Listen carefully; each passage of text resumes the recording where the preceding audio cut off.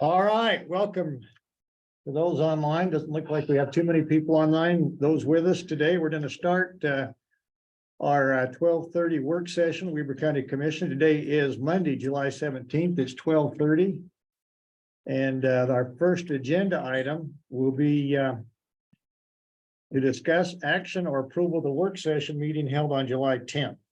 Motion to approve. Second. All in favor, say aye. Aye. Aye, motion carries. Let's go to our next agenda item.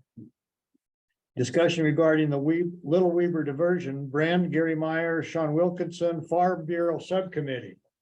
Brand, you want to introduce your Farm Bureau Subcommittee? Yeah, so this is Darren Westergaard. He's the county president. And Mr. Howard. Bill Howard. We know Bill. He sits on the table with Lion Hill, I'm pretty sure. I just had a brain. So they're the official subcommittee. I sit on it as well from the County Farm Bureau. We have Jim Wayman's also a member of that. He wanted to be here today, but he had a funeral he had to attend and so wasn't able to make it to the meeting today. So Great. And we've got Gary Myers on the agenda. Gary, do you want to tell us who's with you? Yeah, so we've got Lisa Gosling, Sean, and then Eli. Lisa and Eli are emergency We managers. got our emergency And manager. Joe's hidden down there in the end behind the subcommittee. And we got Joe. I thought I didn't know if he was with us or part of the subcommittee. Could, All right, for the brand. could be. There we go. And we've got Chris Crocker with us, so. And obviously we have with us Commissioner Sharon Bolos to my right, Commissioner Jim Harvey to my left. And I'm sure they'll be full of questions and comments before we get going. All right, Ren, shore's yours. Okay, well, I appreciate the time, commissioners. When we had our spring issue surfacing meeting for the County Farm Bureau, this was a hot topic that got brought up. Obviously, we're still kind of flooding at the time and to credit Joe's crew, Gary's crew and our emergency management staff, I think a phenomenal job was done. Appreciate that because we agree. It was, I mean, you know, as I talked through some of this information, I got some documents, it really shows how much better things are this year or that were this year than what's been in the past. So in our issue surfacing meeting, it got brought up that, you know, the Little Weber's there. It's been a hot topic for a long time. That project started 12 years ago. It's been completed for about 10, but then to our knowledge, you know, not a lot's been done with it. You know, it was built, it stopped at the canal, and then from there, it's kind of every year when we get into higher water, it just becomes an issue. So when we discussed this at our issue surfacing meeting, we just kind of wanted to come to you guys and sit down and see what it would take. You know, what is the future of that? Is it ever going to be finished? You know, how could it be finished? One of my concerns is I see growth, you know, sitting on the planning commission, I see growth coming out west and it's coming more rapid than, you know, than it has in the past.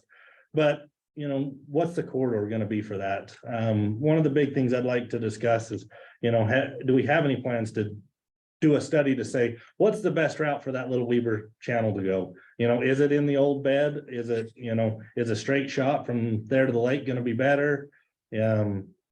Just look into that to the future.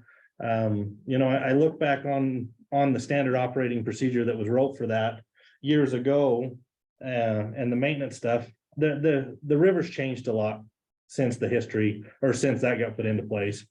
You know, as I look through this and it talks about things to do when the river hits 3,000 CFS. It talks about opening that to 500 to let the Little Weber handle 500 CFS.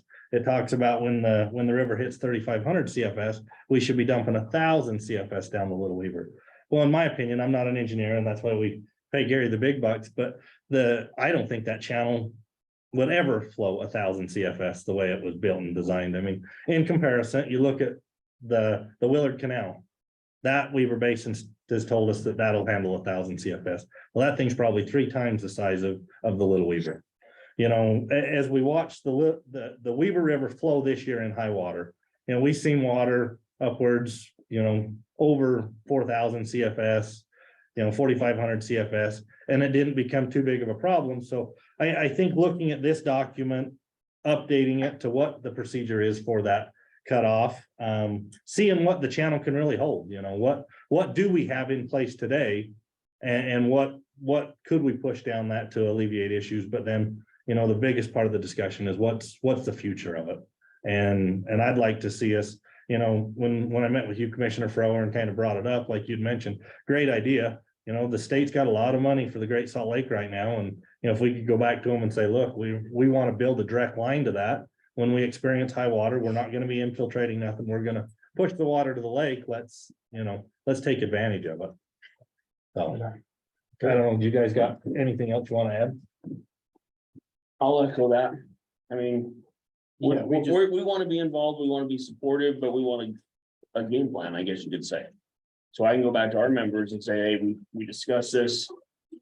This is kind of where we're headed. You know, we realize it's not gonna happen overnight. May take a decade, but we want a game plan. At least as a plan going forward, you know, more stops out the other way, as everybody knows. That it's, you know, needed to be clean or direct shot, so it'll go. You know, Well, a direct shot will go right through DSO. Can you pull it up on the last, can you even look it up? Are you guys aware, have you ever been out there and seen where it goes, how it gets to the lake? A lot of winds and turns and It follows the whole GSL thing, Is that what it does? yeah. We'll show you on that. We'll pull it up here. And that's why, I mean, I think a study of the area to go in there and say, what's the best route? You know, who knows? Is that the most efficient? A straight shot will go right through GSL. Anyway, that's not gonna happen. Well, and I don't know if any of us have the answer right now, what No. long-term solution is. If we did, we'd probably be a little farther ahead, but we appreciate you bringing this up. Number one, a little Weaver caused us, you know, a little bit of grief in terms of phone calls and consumers, public calling us about what we were doing, how we were doing it.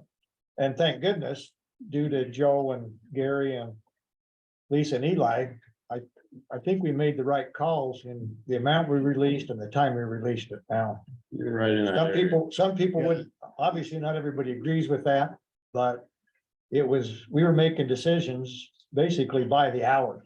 Yeah, We were. and we're not saying the decisions were wrong. Yeah. You know, But, it was definitely Yeah. better this go around than. but we do, at the end of the day, I agree, we need a long-term solution. We know that the channel is not the Willard channel. We know in order to handle the 1,000 CFS, we've got to, and we need a place to put it. So all we're doing, I mean, the situation we have now, and Gary weigh in this, is we're just saying, okay, we're making a decision on, do we flood here or do we flood here? Yep. Who's gonna take the heat today? Yep. And what we'd like to do, or at least what I think makes most sense from a public viewpoint, is how do we make this work for everybody?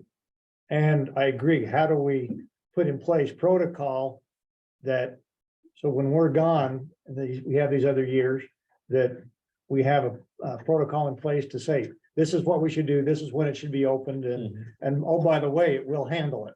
There's no guesswork as far as blowing banks and et cetera. That's why we're here to make some plans. I mean, you got that new development coming right. Zoom in Yeah. More 900. Yeah. And so we really gotta start focusing on this and trying to get it moved there. I agree 100%. Because that's not gonna be your only one. You're gonna get No. more going that way. And we happen to have a little stormwater runoff money, don't we, Sean? Yes, yeah, we do. So we, Yeah.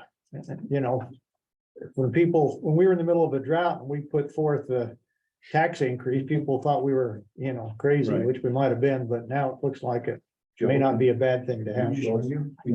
I definitely was. So Yeah. Gary Milton's gotta be right around here, right? Zoom in a little bit, you can probably see it. So Gary's right So there where my mouse Right there. cursor The is. cursor's on the Okay, so channel. here it is, here's the cement canal right here. Uh-huh. Yeah, From there, it has to wind all the way through here, it's split, comes back, goes through the rainbow pond right here. From the rainbow. Now, where's that pond, Rainbow Pond at, Right Joe? here, I know, but whose property is it? That's DNR, that's state WMA. Where's Randy Marriott's? He's on the south side of that. Saying we're having a little trouble going through that. Yeah. Yep. It's not so flowing. this is 6,700, it splits here and then comes back together here, comes up through the rainbow pond, out of the rainbow pond, comes here. And then this is the siphon, they call it, and this is, can you scroll this way? Yeah, sorry, Joe. You know, I remember, that's just how Scott Jenkins used to do it. Let me just have you. He's practicing. Okay, so then the freshwater canal for GSL comes out of Willard Bay. Yep. That comes here, has to come around this Indian, you can't, no dig zone. Comes here, and then our water goes over it. Yep. And then it wraps all the way around here, all the way. To get to the lake. To get to the lake. To the Pull it lake. over, Sorry, Joe. and it's the Bear River all the way down. Right here is where it gets to the lake. Yep. So it looks like in order to take a direct route, you're right, you gotta go through GSL pond. So GSL originally, I mean, if you look, GSL originally altered the stream. Oh, Yeah. Going straight to it, oh. and all the way around. Well, I mean, but part of this study that I'd like to see, or, at some point, the river flows south. There's no reason why that channel couldn't potentially go south. I mean, you'd have to look at what the elevations and everything are, but. In my opinion, I mean, the way that thing winds and wanders, there's no wonder we have a flooding issue. Yeah. Even when it comes out of the cement canal, So, I agree with you. That's a good study to go, but. I mean, we gotta look at where the legacy highway is gonna end up going through there too, and so we kind of gotta be ahead of that, that way. because that is coming fast. Um, So that's Put a my plan thought in. is, we've got to be ahead of that, where we're gonna go. Three little buttons on the side, isn't it? Oh, no, there you go. But yeah, if you cut back the other way, before more development goes on out there. Right. I mean, Transportation. no wonder. Transportation. That's the master plan. There's one that should just be, Yeah, I don't think that's just the counties. That's not the one. Go down more. Is it its own layer? It must be. So Joe, have you got an idea of your suggestion in terms of the best way, or I truly don't. Gary, have you got, You know, you been Commissioner, out there enough? I've thought about this for months and months, and sorry, Bill, somewhere on here is a layer for that West Davis corridor, Western Weaver corridor, but to be honest with you, a lot of it kind of comes up about where it crosses right in here, and then it kind of comes up here, and this is about where the split was right about where my Between mouse cursor 59 is there. and 6,700. But Yeah. Guys, I've thought about this long and hard, because like Commissioner Frower alluded to, one of my biggest frustrations through this whole spring event was the more I opened those gates, the more I was increasing the radius area of the damage. And I don't like doing that. Just because one person's suffering, it's not fair to make everyone else suffer. Ground was purchased when it was purchased, and there's challenges that go along with every piece of ground. Some ground has less challenges than others, but when somebody buys property right along a major river corridor, there's a certain amount of risk that is inherent with the purchase of that ground. So to open the gates and push that, I struggled with a lot. The other thing that was a major challenge to us was trying to monitor the channel itself. Back in the 50s, there was a levee built along that river. I got to be honest with you, if we're going to spend money on any major improvements, I would love to see that levee turned into a road that could be driven and looked at on a daily basis in the springtime during the flooding. Then we have eyes on the ground, boots on the ground, and easy access to get to the river channel to either see it or manage it. As it is, if something happens to the river, we are on hands and knees going to the people that own the property we need to access through. Joe, I'm looking at you. You remember some of those days when we were out there talking to guys, just trying to get access on their property to go out and make things better. I would love some sort of a dedicated road or corridor, improved levee system along that river that's restored to what it should be, that we could drive on and access with equipment. And as Joe was alluding to, the channel itself, yes, I think there was a little bit of misadvertising, so to speak, with the channel when it was built years ago. I think it was presented as the end-all be-all solution. And I'm convinced after this year, it's not. I think we know that for a fact. Yeah, We do. I'm convinced the end-all be-all solution is proper maintenance of the river itself. Now, that being said, FEMA would push back against me because they say it's healthy for rivers to flood and you shouldn't have to manage a river too. But when we get mountains of sediment deposited on us like we did on this event, it needs to be cleaned out. Along with the debris. Is there a good way to run it a straight distance? So part of the problem with this area north of Basin Land and Livestock is it's just so flat.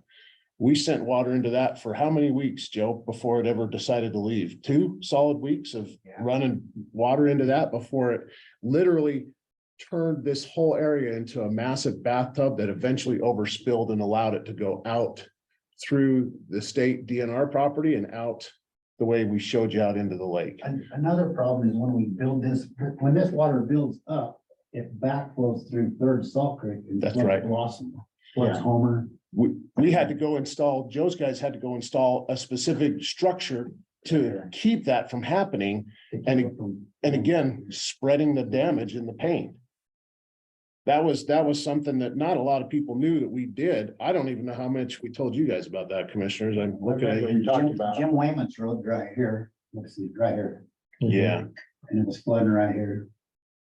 but if we hadn't have done that, just due to the nature and topography of that ground, it's just so flat and so full of vegetation, water does not move through an efficient manner. You know, the best way to increase the movement of water is to increase the slope. You're limited on topography. So the only way to increase the slope here is to straighten it out and eliminate the oxbows. But now we're getting into how an individual on private property has their system set up, maintained and operating, and it's tricky for us to go in and force that realigning of the channel, so to speak, I guess is what I'm alluding to.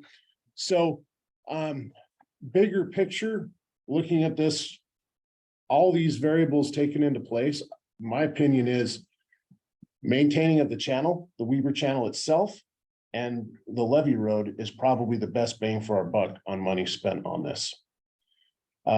That's just my honest opinion with you. And to that, I would say, I mean, we've all seen the flow numbers. We've seen what it did. We flowed 1.5 times what we breached at 10, 12 years ago. Now, 17, yeah, so that's not even. well, the That's big breach was 11, 11. and then we had subsequent 7, flooding in right. 17. And so now, is there some benefit? As Bren brings up a good point, we're starting to see some of this ground develop. Is there some benefit in making sure we have a plan in place to preserve a corridor for drainage? Absolutely, there is. Is this the best corridor for that? I don't know. I'll be honest with you, this ground out here is so flat. You guys would know that better than me. There's ditches that flow both directions, the same ditch. So what is that corridor? How does it function? I mean, it's number one, you'd have to figure out if it is a corridor that we identify, which I think would take a study to do that, but that's tough to do because you're going to need survey access to private property. And how do I put this? Couldn't fly it and get close Delicately. enough. I don't think you could, Bren, and here's why I say that. I say, how do I put this delicately? Farmers out there know those systems better than anybody else will. They know how much 1 2x4 can do to a massive amount of water out there. And so I'm not sure farmers are going to be 100% willing to allow you access to their property to survey the intricate details. Maybe they will, maybe they won't. I don't know. There's one thing the Farm Bureau, sorry if I can chime in. Yeah. Sounds to me like if there's one thing that Farm Bureau could do to help us would be to give us access to build a road to strengthen those up. That would be, I would concur with Gary on this. We know we breached at just over 3,000 before, and now we knew we flew. Or we flowed 45. at 45. That's why we can confidently say with the measurements obtained this last year, that because of all the clean out of what was done beyond those points, what it did flow. So the channel didn't, it relieved, what was the most we opened? the We channel? only ever sent 300 down it. Now, due to the rise in the river from the time we opened the gates, it might have grown to 350, maybe 4. But not, it was never calculated to be more than 300 of what our opening of the gates was. And you'll hear stories out there, it was built to do this. The real fact of the matter is there's some misinformation, as you pointed out. Well, the information comes from the document that was created for the channel. There's some misinformation that was put in the document that's not real. Yeah. And so you're right. That has. Is that document the one that was never signed by?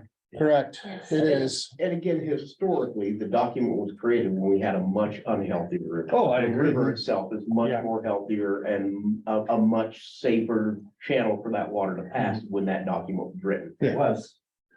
It's not now.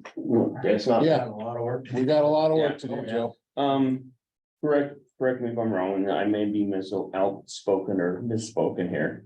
But is it not due to the fact that the gates at the bottom of the river were open this year that allowed some more of the flow compared to a decade ago? Oh, yeah. Oh, with the Oh, yeah. DNR? Yeah. Oh, Huge benefit. Absolutely. So I'm just wanna make sure, we're almost comparing apples to apples, because a decade ago, those were closed. Therefore, we weren't flowing what we were. Well, Ben Medalski came. yeah, they were Correct, closed.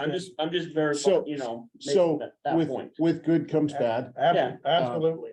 By doing that, opening all those gates that they did, there's at least 6 inches to a foot of fine sediment in all their impoundments now that wasn't there before. Correct. And eventually those impoundments, once they're filled, they're done, they're useless, right? And so that's now something the state's gonna have to deal with and is an unintended consequence, but Correct. nonetheless, it was a huge benefit to us. And you're correct, Aaron. If they had not done that, oh my gosh. We This would have would been have been out a of 2011 black and white, different story. Absolutely. all over. They had people on the job basically 24/7 Yeah. from the time out there constantly working on that levee. Yeah, so I mean, I just wanna make sure we're comparing Yeah. apples to apples. From the DNR to Weber County section to Weber Basin controlling how much was coming. It was a well-oiled machine this year. We were all in communication. It just, I think it worked phenomenal. Okay, I'm not saying it didn't, No, Yeah, no, you're good. You're good. No, you're good. yeah. It was. just wanna make sure we're comparing apples to apples. No, absolutely. Well, There's a lot of work in this room. I'm not sure we have the answer, Gary. Yeah. But obviously the state is part of whatever solution, you got the DNR involved, you got the Correct. Great Salt Lake, you've got the Weber. I think it's probably appropriate that we look into some type of study, whatever level that we could take to the state. And maybe we could do this in conjunction with Ben and DNR.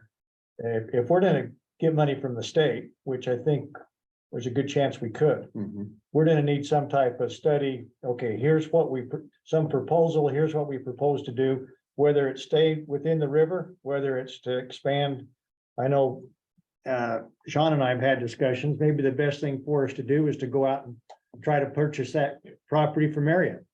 So that we can dump that water on our own property, on our own property.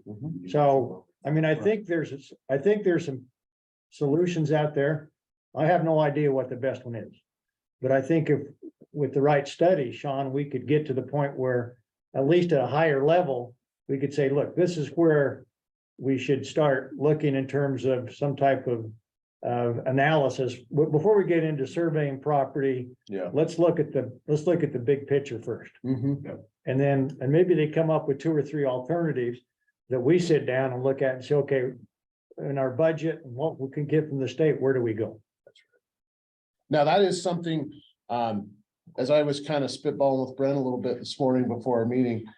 That is something that Bren mentioned that I'd love to enlist the Bureau's help. Yeah. If you guys have lobbyists, you could help us put towards funding for this. Funding is a very competitive game. Oh, yeah, no doubt. Right. And if you've got some leverage in that direction, by golly, we'll take every bit of help you guys could I muster on don't this. see why we couldn't enlist some of, our state help and, we have full, yeah. Yeah, No, you've got, I'm not- I'm you've not- got good lobbyists down there. I mean, as long as, if they sat at the table with UAC and with us, Yeah, I don't see Yep. why we couldn't. I mean, ultimately, I just, you know, how I put this, I just want to make where we have a seat at the table with you and Right. discussing, Oh. make sure that we, you know, have. You guys have a big seat at the table.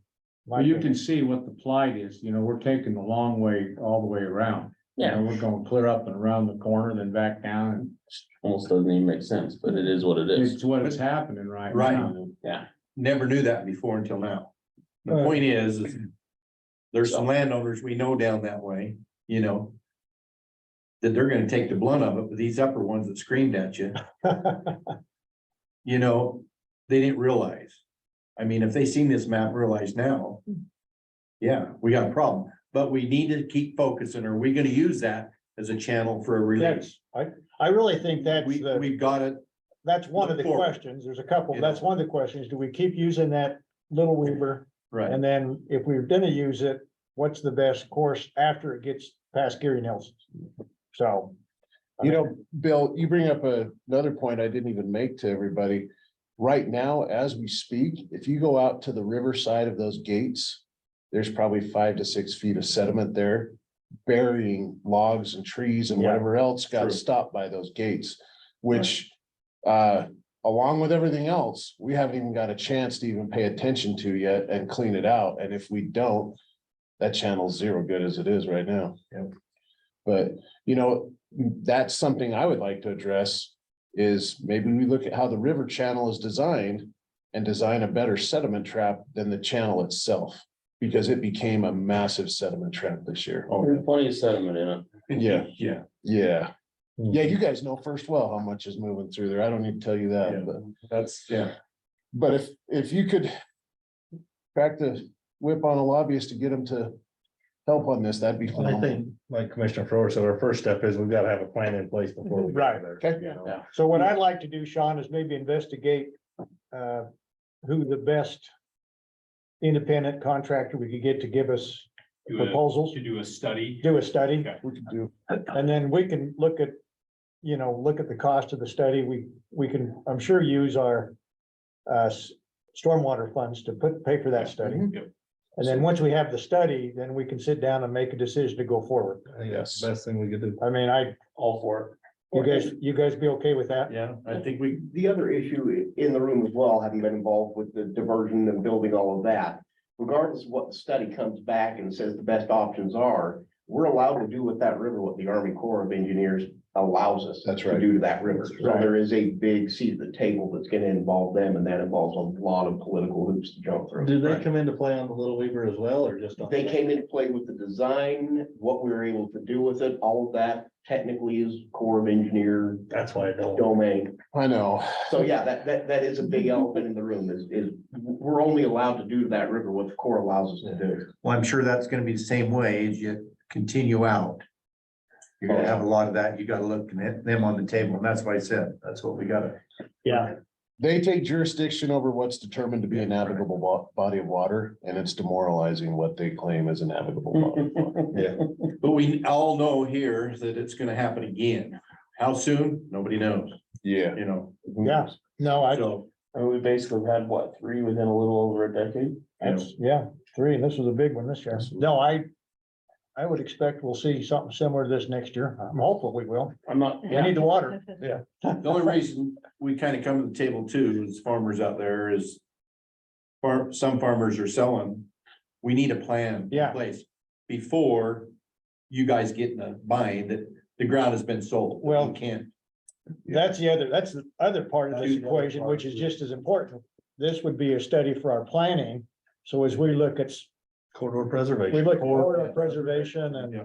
the subdivision approval through the planning commission, we say, look, this, we've already got an overlay zone because of potential flooding. Let's not let somebody, because of driven by profit, put homes that we're now having to buy. Yep. Or the state has to buy, or federal has to buy. Right. That's just not good planning.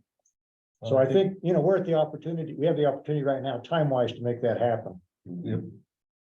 So are you guys okay with the study? Yep. I'd like to. Commissioner Joe's Harvey? showing us, I don't think we wanna walk it. Joe knows that really well out there too. He's been directing the work and they've been They've been dredging really good for 2, 3 years straight, haven't they? Jared Ponce and some of them other guys out there that. Yeah, we cleaned sections that I don't remember we've ever cleaned before. Out there to GSO. Yeah, honestly, some of those sections Joe and his guys cleaned, they're not getting enough credit. Had they not done what they did, I don't think we would have No, there's no question fared about as that. well as we did. You put a lot of time in out there. Oh, yeah. Yeah, I agree. Gates open at Ogden Bay or not, had that work not been done, they could have tore the gates out at Ogden Bay and it probably wouldn't have helped us out. And while we're doing this, Sean, let's make sure we include Ben and DNR. Yeah, I'm hopefully they can help us with, pay for the cost of the study. that would be fantastic. Okay. We want to make sure we utilize those resources. Okay, anything else, guys? Appreciate your Hey, time. thanks for coming in. Thanks. Alrighty. We'll make sure we keep you guys in the Well, loop. that was, what there's this On that. you just told me. He was ready for Let your troops know down there that you sold us on Thank you. Thanks. Thanks, guys. it. Thank you. See ya. Hey. Another day. There we go. All right, let's get. I'll give you guys back the wheel. See you later. Okay, Gage, tomorrow's a big day. For what? You're into? We might have one more guy. So we. Yeah, that's what I'm saying. Tomorrow's Well, a I big was just gonna day. ask you when you go back in again. All right. Tomorrow? Every week, Every Tuesday. every Tuesday at 12:15. Yeah. And you don't. Easy. Oh, no, Let it go. no, this gets changed twice a day. Yeah, oh, yeah. How's it looking? I think it's approved. Jack Ware thinks it's approved a lot, but it's still uglier They're a than. little heavier. Portland, Erickson. Wow. It's not a pretty size. Not a- Yeah, yeah, for sure. We're not gonna have. But it's, nearly as much. we're in the- My neighbor Harrison. So he's in my, this is what it started, or he suggested, have you ever heard of Mida honey? No. It's pure honey, but I don't ever get very honey. They use it for, they use it for burn. Where's, we got me some of that. I swear. It's helping. Might, if you ever get a burn. That's good. It's- Put that on the bandage when you Yeah, wrap it that you way. just put that on the inside of the bandage. Wrap it up. Yeah, I'm telling you. It's like a burn. Bandage. I didn't know if you were like, no, I'm not, you know, I'm getting away here. I'm selling him something stuff. Then I will put him something for the future and get back to me when you can. No worries. Hi, Cortland, grab some food here. I'll do that. So did you make it down to the coast? Is that what you Yes, did? it did, yeah, down to Newport Beach. That was probably pretty good weather there. It's fantastic. Breaking out. Yeah, mid to upper 70s. Oh, yeah, that's great. That's good weather there, isn't it? Oh, yeah. Oh, yeah. It's way better than we pulled into St. George on Saturday. Oh. Hit 115, so. Oh, did you stay in St. George? One night. Yeah. I got you down and shake my place. We're gonna make sure it doesn't melt it. No kidding. You know, we could do that for you. Well, maybe not. We could do that for you in the fall. Good, yeah, well, no, I'll be down, yeah. Fall's no problem. It's right now, if nobody wants to do it.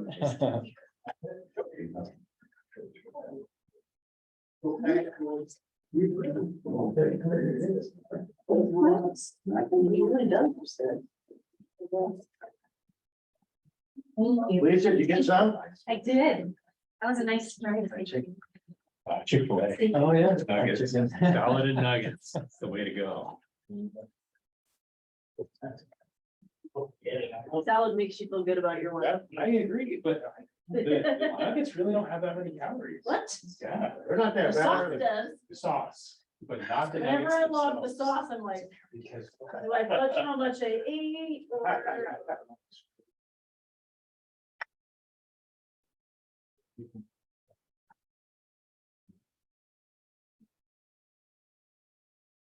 It's a new salad. Ride special. She's the one that's in charge of bringing the Wounded Warrior Project to Weaver County. She did this last year. She's gonna do it again this year. The reason it's so great this year is because They were in Weaver County. They rode around Pineview Reservoir last year in Ogden Valley on a Friday. They rode again in Ogden City.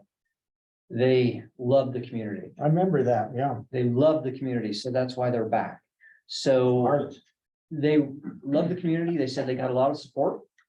I asked them what kind of support they got because they don't market. Nobody really knew that they were here, but they said that they had so much community support.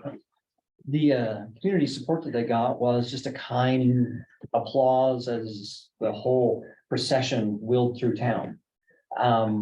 It was really a wonderful thing. So Sarah Tolliver and I started talking, we're going, if they thought that was community support, what if we just mentioned this to a few others?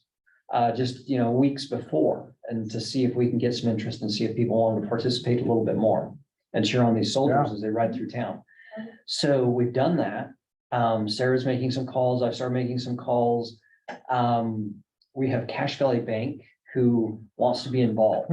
So the Brent Taylor Foundation is getting involved too. They want to be a part of this. They're going to line the route near Huntsville Park with 400 flags just to start them out. Cache Valley Bank is going to allow the Brent Taylor Foundation to hang a massive flag on one of the walls of their bank. So we can see it here as they ride by, they'll have that wonderful sight there. What's our date for this? Wounded Warrior Project will be in Ogden Valley, starting at Pineview, all the way around Pineview and ending, they're gonna start at Huntsville Park, sorry. Okay. Go all the way around Pineview and end at Huntsville Park on Friday, August 25th. Okay. On Saturday, August 26th, they're going to ride through Ogden, about a 19-mile course. So those 2 days, we did find out that the Ogden City Mayor is going to welcome them on Saturday and hand out some mayor's coins. Okay. And so we wanted to update you on the fact that they are coming again. We wanted to ask or offer or just update you on the fact that they will be here in Weaver County, just in case you're interested in doing something similar, or just going to see the site at the beginning or the end and welcome these soldiers to town. But with that, what I'd like to do is turn some time over to Lorinda and let her tell you more about Wounded Warrior Project and the impact that what they do, what kind of positive impact it has on the soldiers that they work with. Okay, I love it. Go ahead, Brenda. Thank you very much for having me. Wounded Warrior Project hosts many events, not just Soldier Ride. Soldier Ride is kind of their founding program, and it was to get more awareness across as far as what wounded warriors are going through. And it started out as a bicycle ride across the US. After that, it became so much more. Soldier Ride is now a program that we offer to approximately 40 warriors, and where we invite them in, we host them for a 4-day event. So a day of travel at the beginning, 2 days of bicycle riding, and a day at the end of travel. So during that time, we host them in various cities throughout the US. This has been, or last year was one of the best first year events that we've had due to the police support, the community support, and then also thanks to Scott, just the getting more acknowledgement in the communities. But what we hope to get from this for our warriors is kind of a newfound sense of, activity for mental health, for physical health, and then also just connection with each other. Post their service, we have found that there's more mental health issues that cycling has been able to kind of offset and give them a new sense of being, and getting them out there and connecting with each other gives them that sense of camaraderie that they had in the service. So that's kind of what we hope to do. But by bringing in communities, we are able to show them that they are, still valid. They matter, that we still care about them. The communities that we bring them to still, honor them. And, we try to empower them to go find something that keeps them moving and active. So we're hoping it's through the bicycle, but not necessarily always is the case. So, but yeah, that's in a sense, that's kind of what we're doing, is trying to encourage them to get out and get moving again. Good. So this is bicycle, not Bicycle. not Harleys. I thought it was a Harley ride. Sorry to disappoint you. And we've actually had warriors show up and go, where's the Harley? It is bicycle, the tiny little seats and all. And we Okay. offer multiple styles of bikes. So we hand cycles, bicycles, 2 wheels, 3 wheels, and hand pedaled bikes. Got it. Okay. Can anyone participate in the ride, or is it just for the wounded warriors? We only host wounded warriors. If there's community support people, we try to keep it at a minimum because we want to keep the focus on them. And then Okay. as staff, our job is to get them to the finish. You'll see us, pushing them up hills, encouraging them the entire way, doing everything in our power. But with Starting to make community sense. support, go ahead. So it makes sense. Yeah, go ahead. Yeah, so with community riders, we sometimes find that we have to take our attention off of the warrior for a moment to help get a support rider up the hill, or possibly maybe leaving them on the side of the road, which is not anything that we want to do. But we make sure that the warriors are taken care of first. Now, Lorinda, I think we've had a conversation before where it's not open to the public because of those reasons, but you've allowed some police officers or some staff members from the fire department join. Is that still something that you're willing to have happen? Oh, definitely. Yeah. And police support, police officers, community that is like of already cycling background or something along those lines. If you have your own bicycle, then yes, we're okay with you joining us. We may have you sign a waiver saying, for safety purposes, just to cover Wounded Warrior Project, but we do let police officers and firefighters, EMS ride with us. Or an economic development director? Yes. Okay. Thanks. I was going there. Community volunteers? Typically, we don't have community volunteering with Soldier Ride, just because it's such a controlled space that there's not really a whole lot. Now, what we do encourage is showing up at rest stops and helping fill water bottles, offering cold towels, oranges and bananas, and, helping hand out like the snacks that we have. And again, that's pretty much the realm of our volunteer capability at this point. Okay, I like it. Lorinda, one more question. So when we talked to Sarah Tolliver at Visit Ogden, she's mentioned or called this little tiny group that has been formed an LOC, or a local organizing committee. What other cities across the country have an LOC? So with Wounded Warrior Project, we have 3 main offices or regions that we focus in on. Let's start with the East region. They have New York City, and then they have Miami, Key West. Not having been in the planning committee of that particular region, I know that New York City has a community ride. After Soldier Ride takes off on their ride, their supported safety bubble ride, the community will have a ride that leaves after them. And then we'll meet up with the warriors at a rest stop. And it's kind of like a t-shirt ride where they pay to sign up. All of the proceeds, I believe, go to planning the event. And then anything left over goes to Wounded Warrior Project. Then, so New York is really huge. They have 3 areas, Manhattan, the Hamptons, and downtown New York City area. Then Miami, Key West, that's another huge one where the community comes out in droves, like huge amounts of community support. Again, I don't know the details, whether it's like this or not, because I've not been in that planning part, but I know it's huge. I've been on both rides and the support is amazing. the planning and everything that goes into it. So they start in Miami, they do a bike ride in Miami. And then on day 2, they ride across the big bridge that goes from Miami to the Keys.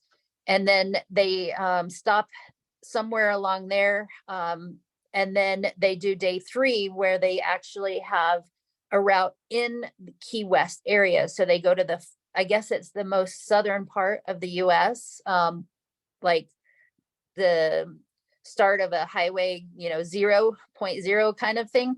And then they do a ride around Key West. The community there has a fundraising event for the Warriors, where they have the Warriors show up at this club, if you will, and community will come in and support by donating money. And then, of course, signs are made, hung up along as you enter into the Keys. You'll see signs along the way. Welcome, Warriors. We love you, all that kind of fun stuff. So that's what the East does. Central, their biggest ride is Chicago.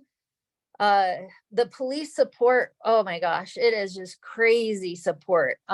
If you've ever been to Chicago, it's crazy busy. All of the streets are always jammed packed full of people.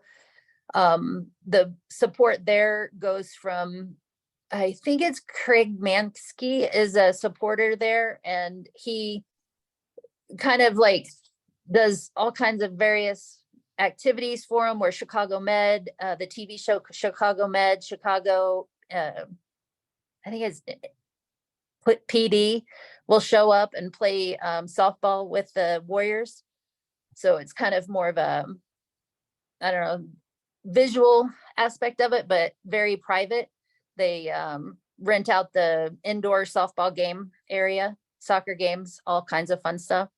And the West, this is so far, by far the biggest event as far as support and committee, willing to step up and help out.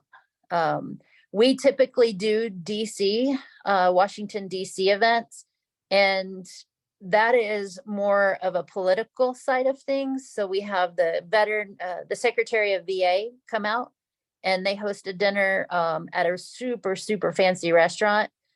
But there's not really a committee, if you will. It's usually all within Wounded Warrior Project that does it. Our staff in Washington, DC takes care of going to the White House, the dinner with the VA, the Secretary of the VA. So it's not a committee, it's just within Wounded Warrior Project that plans that one. Great, thank you. Okay. Scott, what else?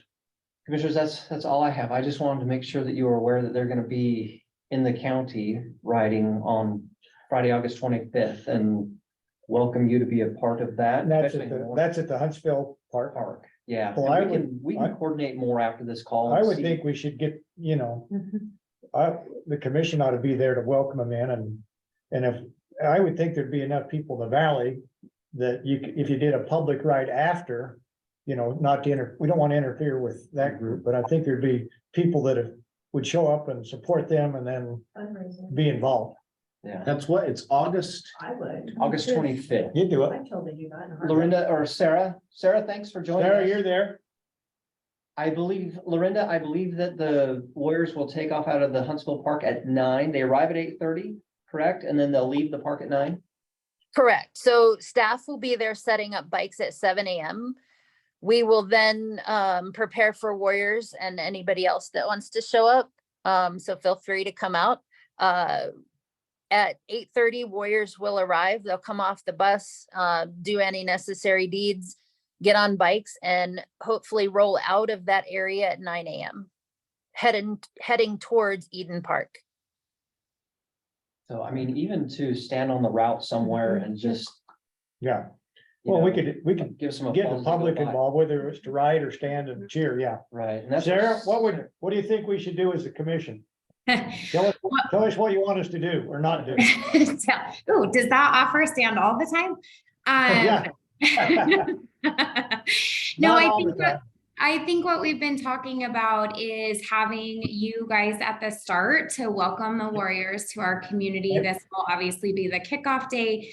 And we just more than anything want them to know how, you know, how much gratitude we have for their service and their sacrifice. And so if you can welcome them to the community and, you know, their time here, and just let them know how welcome they always are here, and we'll send them off on their way. And then Scott and Penn and the group, we've got great patriotism being demonstrated along the way, and Penn's done a great job at bringing the elementary school kids. Or I jumped on a little late. You guys are a little ahead of schedule, so I apologize if I missed some of this. But the elementary school kids are going to come out and cheer the Warriors on as they ride past, and we just want to invite the public out to join us for a picnic of some kind afterwards when they finish. We're still finalizing all those details, but I think if you Great. can welcome them and just share our gratitude and appreciation, that would be amazing.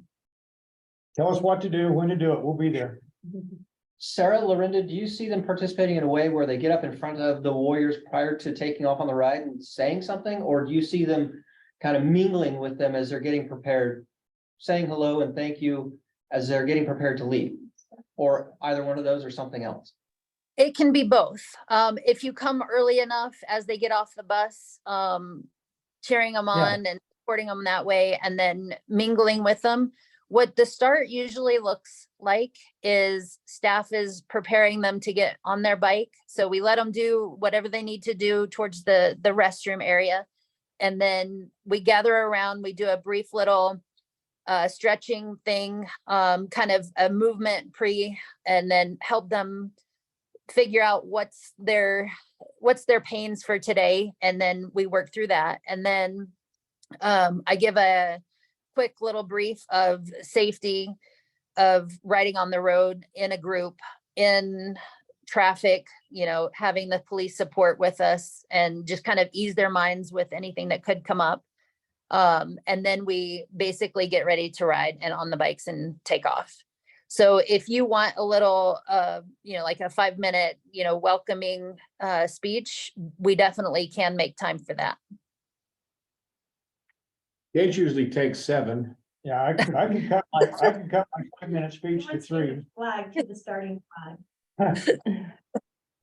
Yeah. Whatever you work out with Sarah, it's fine with me. Okay. You know, we probably, if we're gonna do that, I would probably want to invite the Huntsville mayor to be Okay. there as well, since that's where it's gonna be actually in his park, so. Good thinking. So anyway, Sarah, just work the details, Will do. okay? Thank you very much, you two. Thank you. Thanks. Thank you. Okay, Scott, anything else? No, that's everything. Thanks. All right, I forgot they did that last year. Yeah, they came in quietly and Yeah, rode 2 days, and I must be thinking of what ones does the heart? Is it the fallen officer? Not, there's one that, is it? or that It's might, the firefighter, Oh. is that a the firefighter? fire Okay. ride. Yeah. That's, That's okay, with old Mike Latham and those guys. yeah, So I okay, think we do have some Ogden City police officers that are going to ride along with them. I know the Weaver Fire District now. I think there's some interest in doing the same thing in Ogden Valley. yeah, Again, not over the public, but this is an opportunity to ride with these soldiers. well, depending on how many, most, they can use, I'm assuming they could probably pretty much fit on the trail for a good portion of that route. Lorinda, are you on the pathway, the paved pathway at all, or all road? Is it all road? We try to stay all on the road due to the Okay. visibility and the safety. Because we're taking on people that may not have been on a bike since they were, you know, Oh. young.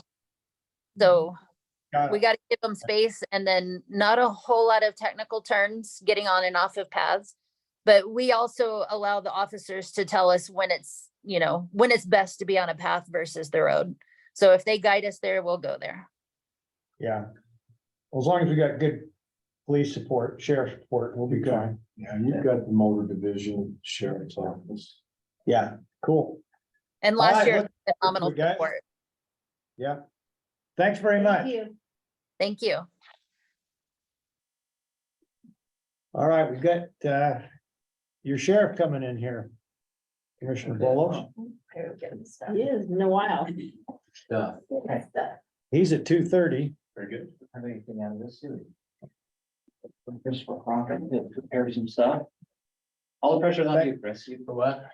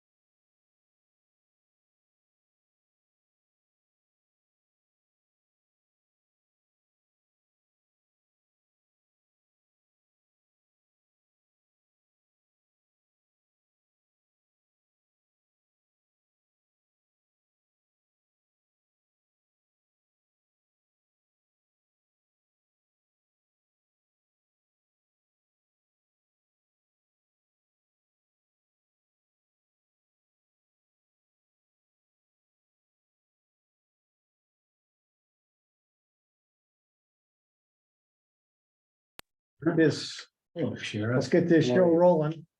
Okay, welcome back to those online. We're at our 2:30 work session, Sheriff's Office expansion presentation. We have with us our own Sheriff Arbon, Stephanie Russell's here. Our Chief Philip Reese is here. John Bond, of course, the famous treasurer from Weber County, is in person. Ricky Hatch is not here, Sean Wilkinson here, Scott Park's not here. Somebody coming, we've got representation from the attorney's office. So, Sheriff, show Ready? yours. All right, before we get into the meat of all of this, Commissioner, first of all, I want to express a sincere, deep gratitude, appreciation for what you and I kind of started about 4 years ago. Has been that long, hasn't it? And I'll touch upon that. I'll share that. And also the patience that a lot of you have shown through this process. This is going on about 4 years, and this is not, we didn't go down to the store and pick out Plan C because we weren't able to try it on. But we've gone through a long time. So, but thank John Bond for being here, Stephanie. It's been great so far, and I'll continue. You've been a great help to us get the schedule. Commissioner Harvey, you, and especially we started with medical mental health facility. We did. And Sean and Brian and the new face at the end. I don't know why you're here. I'm just kidding. There was No. popcorn. No, It's a delicious treat. Liam and Brian do so much for us on the legal and sheriff's office. I'm not surprised that they're here helping us on this way the culture in that office is, and they're great support. Over about 5 years ago, when I started this, I've always been into the mindset of improvements of processes and service and whatever we do better. Those that have been on campaigns are familiar with them. You don't hear much positive about the position you're running for, mostly just what you need to fix. And regardless of what I heard, you just have a mindset of what you can improve. And then when I came into office, we started off with the thing called Bridge the Gap.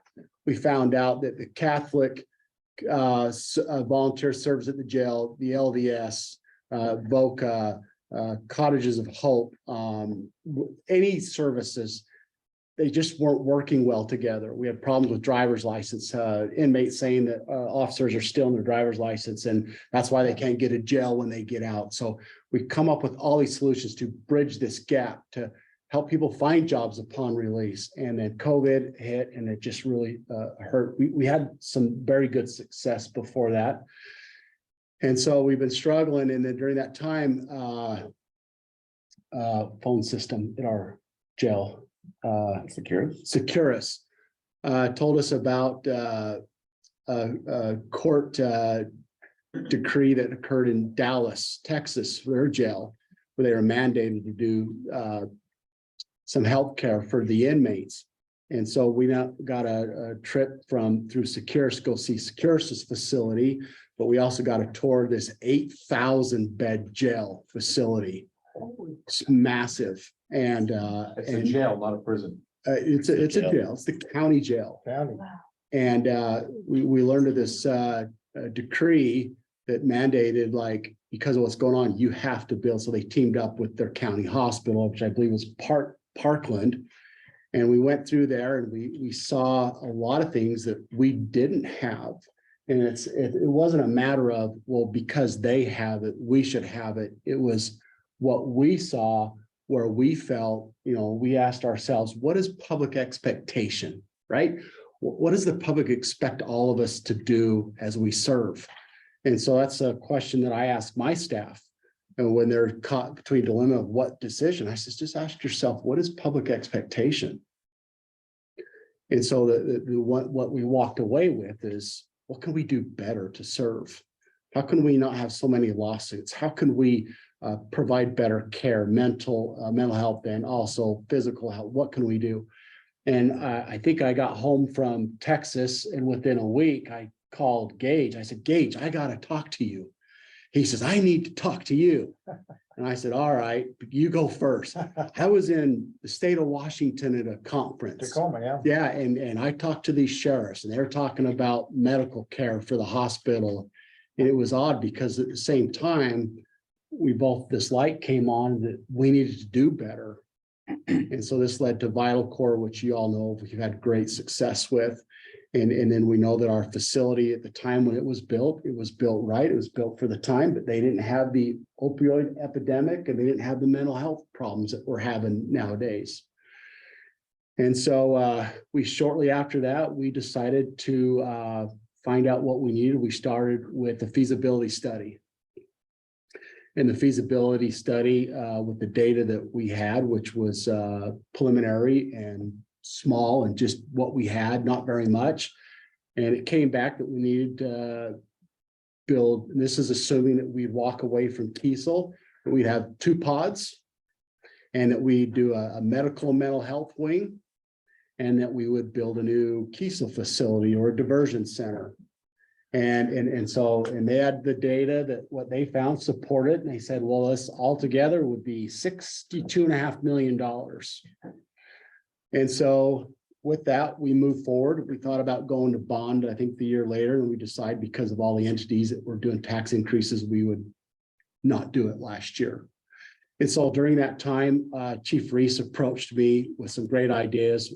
We went to the architect plans first, and he also, many of you may not know this, but we really do have brilliance among us. And sometimes it's not put out on the signboard downtown, the billboard, but Chief Reese exhibits much of this. And I'm just so thankful to have him. So within the team that we have at the sheriff's office, he organized what he called an administration team. And we dove into facts and figures and data that we wanted to know, not what the feasibility said, even though they did great information, but we wanted to know what was right. What does the data show? Because I can come here and ask you for anything that I want. And I'm sure some of you would say, okay, we trust the sheriff, but that's not how we operate. I remember before I took office, Commissioner Harvey said, anytime you come to budget, you got to give us data. Give us the data.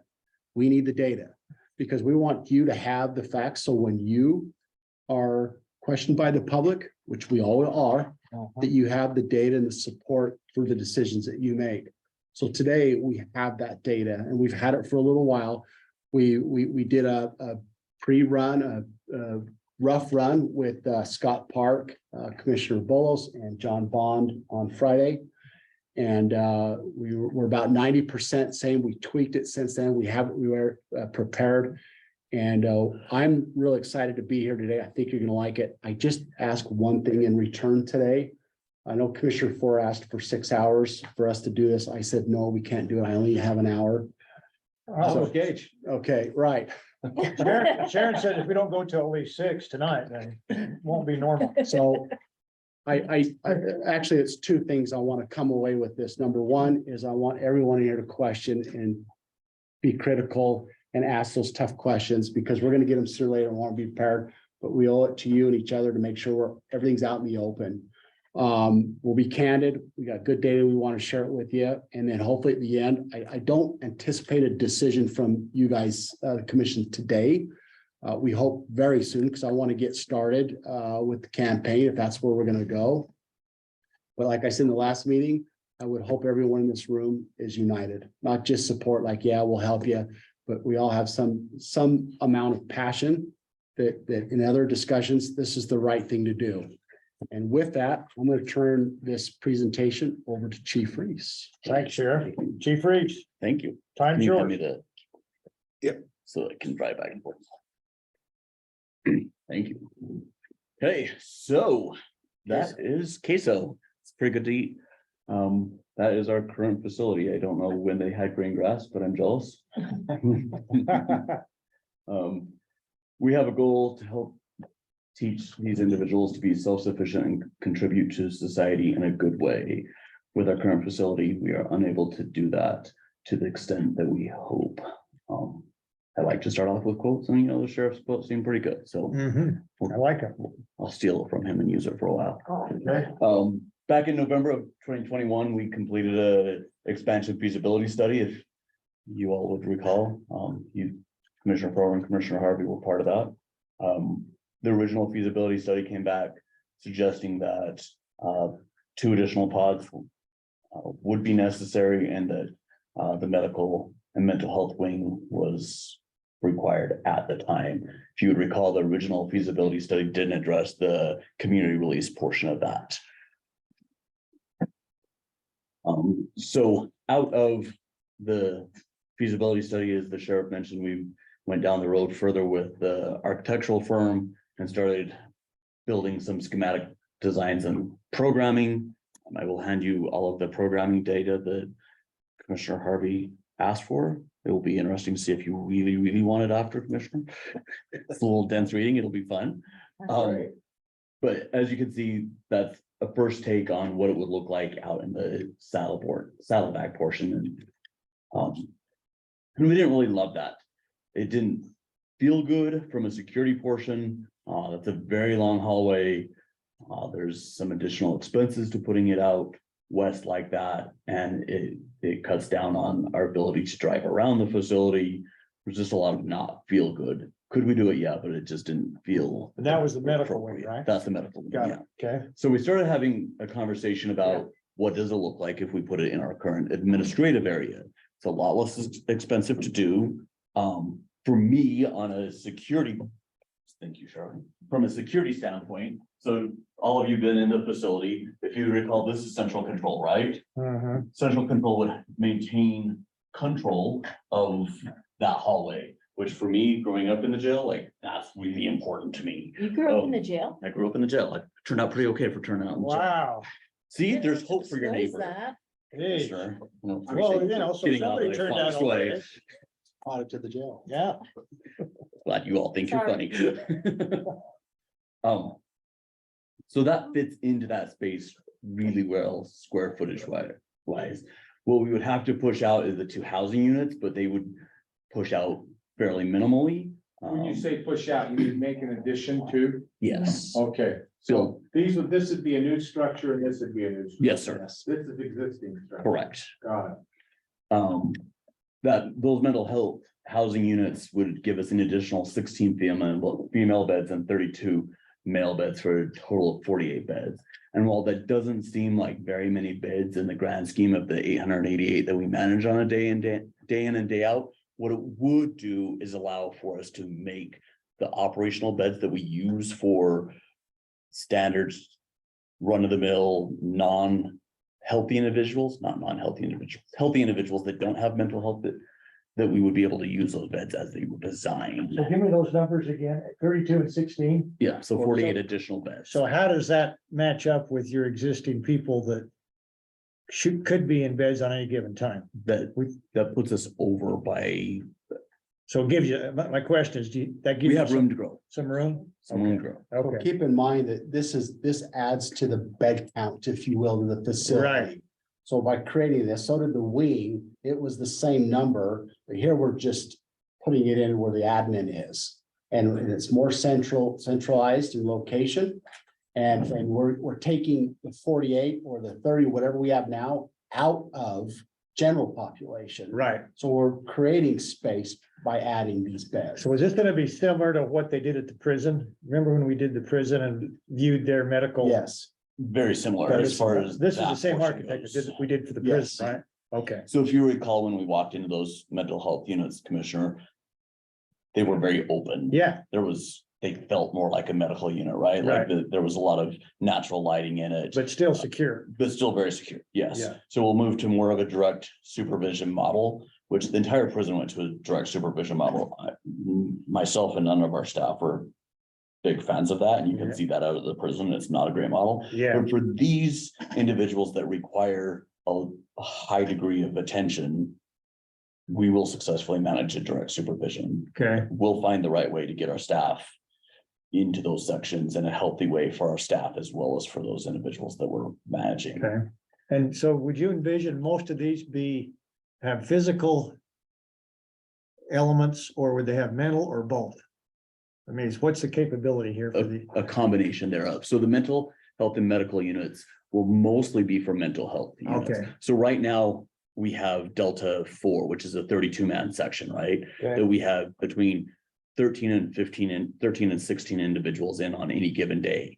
So those, even if we get up to 16, those individuals take up the entirety of that unit. We'll be able to house these individuals in this unit in a more healthy Okay. way to manage them. Right. And take back that 32-person section. Okay, got it. Okay.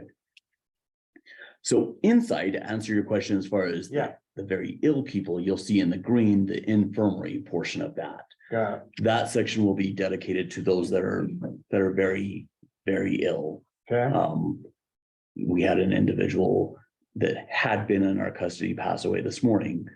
We had released him from our custody. We'd worked with the jurisdictions, all of that appropriate stuff. But if we had this unit, while I am not ever a fan of having an in custody death, right, Mr. Warren? Sometimes those individuals should stay in custody no matter what, no Right. matter how sick they are. So this unit would give us the ability to manage those individuals and not necessarily have to send them to a long-term care home, which again, growing up in the jail, Commissioner, like, I don't like sending people out of our custody. That's not how I'm made, right? Like, even if Yeah. we send a staff member with them, I don't like releasing that control. So that gives us a lot of control, Commissioner. yeah, so that answers part of my question. So I mean, I'm occasionally at the hospital, not that I like to be there. I see a sheriff walk in with, you know, an inmate, and they're going up. So I'm assuming that would take some of that burden, so we could deal with them here versus transporting them in some cases at the hospital, or would. The infirmary would allow for Could a we do, I nursing guess, could we station do more that, in-house and ship it out? yes. So the infirmary would allow for a nurse's station that would be able to monitor vital signs, just Okay. like an intensive care unit, right? Like Okay, all of those leads, the oxygen, that kind of stuff got it. would all feed into that unit, where now we don't have that capability. Yeah. And there's no way to retrofit that Okay. in a cost-effective way. It won't be eliminated, No, but it'll I be greatly reduced. I didn't say, you're Yes. gonna have those cases where they've got to go up there and see a specialist of some sort, but I'm assuming a lot of those things are, you know, could be dealt with the doctor here. That's the goal. Absolutely. So this just breaks it down a little bit more. You see in the salmon color what the clinic would look like. You'll see that large room that's a trauma room. While we don't have very many quote unquote traumas necessarily that would need a full code, if we're going to build it, we need to have the capacity to run that. So if you've been up to the emergency department, like at McKay, they have those two code, or trauma 1 and trauma 2. Not quite to that technology, but similar in space and Right. usage. Right. And then appropriate number of exam rooms, which we don't now. We shrink into 3 exam rooms that we use for a lot of multiple purposes. If I can go, no, I'll keep going for, sorry. So that takes care of that. This gets us to what the mental health housing sections would look like. A couple of things to point out. This is what they refer to as a rear chase. Right now, we have wide chases that are in the secure portion of our facility for all of our maintenance needs. This allows for maintenance to go behind and never have to have interactions with the inmate population, which increases efficiency, keeps everything running, keeps the mentally ill Security. individuals, increases security, all of that good stuff. Programming room, interview rooms, and then storage space. So all of our mental health clinic hours will be provided in this housing unit for this population. So again, we won't be transporting people even through our facility. They'll be able to stay in that housing section. And then there's the look of what the male housing section would look like. It's just duplicated in size. You'll see on the left-hand side, those are cells for individuals that we would consider sicker or would require greater restriction. with an ability to move, to work their way up to as they stabilize and program to that mezzanine level, which is on your right, which you were able to house more individuals. Our intent would be to give them more privileges. So there's, incentive to move up. That kind of, that's what that looks like. Right. Got it. Any questions about that part so far? No. Good, okay. It's good. So transportation is the purple color on the bottom. That fits into what our existing footprint again. This is a mock-up of that transportation, so obviously it doesn't fit in perfectly. I'll let the architects that are the professionals wiggle that around however they need to, because I like to draw sticks and that's about right in. But what this facility, portion of the facility will allow us to do is individuals that are leaving our custody come in this way, right? They're put in whatever appropriate housing section secure that they need to. They'll be put into restraints to leave our facility, go into each of those ready type cell blocks and then leave our facility. This area is for staffing that will be able to manage both sides of that. And then the best part for me coming back in is that there will be a clear inbound section. So they'll go into holding cells, they'll be searched, they'll go back to housing. I'm not proud to say, but it's a fact of our time that we are up against the opioid epidemic, even in the correctional facility, that unfortunately the population that we manage find very clever ways to bring drugs back into our facility. I appreciate that, Mr. Hatch. That's Okay. as diverse as I can say that, right? As delicate as I can say that. So that really increases our security. You don't have an exit in and exit out. Right now, we do You have the same everything. one. Everything goes. So everybody goes out It's that a- same way. Yep, in, Cross out, traffic. all the time. And it's a narrow hallway in and out of that Yeah. area. Okay. And while our staff do a very good job striving to prevent it. That's problematic in itself right there, I would Yes. think. Yeah, this is a much healthier way of Yeah, doing that. yeah. And then just as a reminder, this is what the internal portion of the remodel would look like. That pink color is where our existing medical is, so we would retrofit that to video court. Sorry. Oh, I just thought you were gonna take I was it. waiting for your pause. Yep, pause away, let's go. When I came on, we went to the courts and asked them if we could beef up video court. And we got the cold shoulder. However, COVID forced the courts Yeah. to do this. And so we see a huge need for video court to expand bandwidth literally for the internet and so forth, because when you're transporting someone from Utah County to come up and the judge say just be continued, then we got to take them all the way back to Utah County. We're seeing lots of leaps in this, and so that's why it's critical to take this old medical area and transfer that into a robust video court. This will save so much.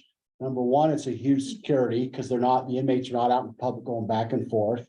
And number two, the fuel and the time, our deputies could be more focused in the facility doing stuff rather than worrying about getting everybody transported.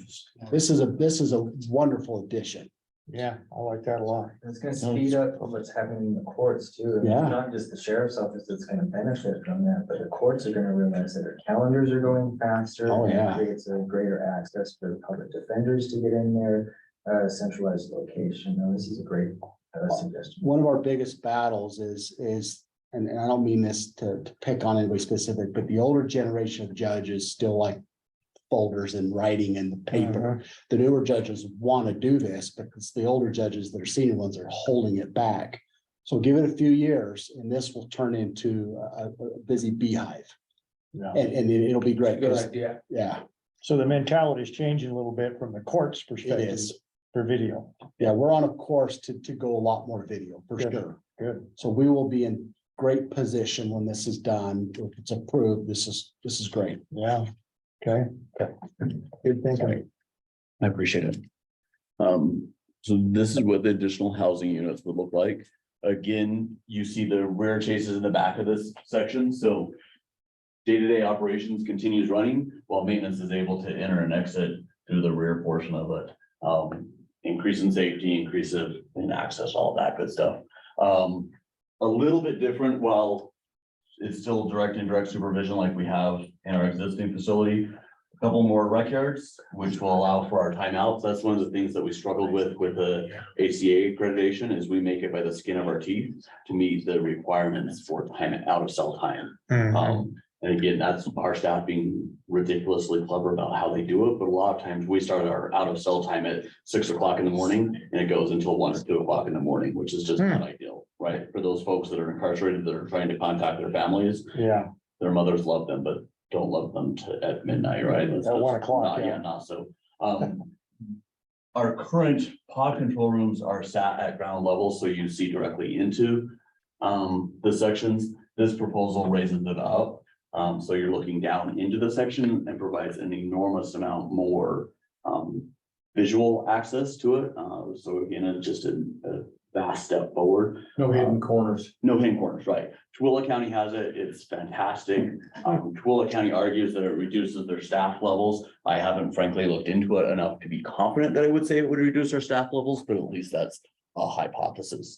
Cache County has it in their pod section. It's a little bit of an older model that I don't love, but I really like. Tools. So this would be similar to Willet.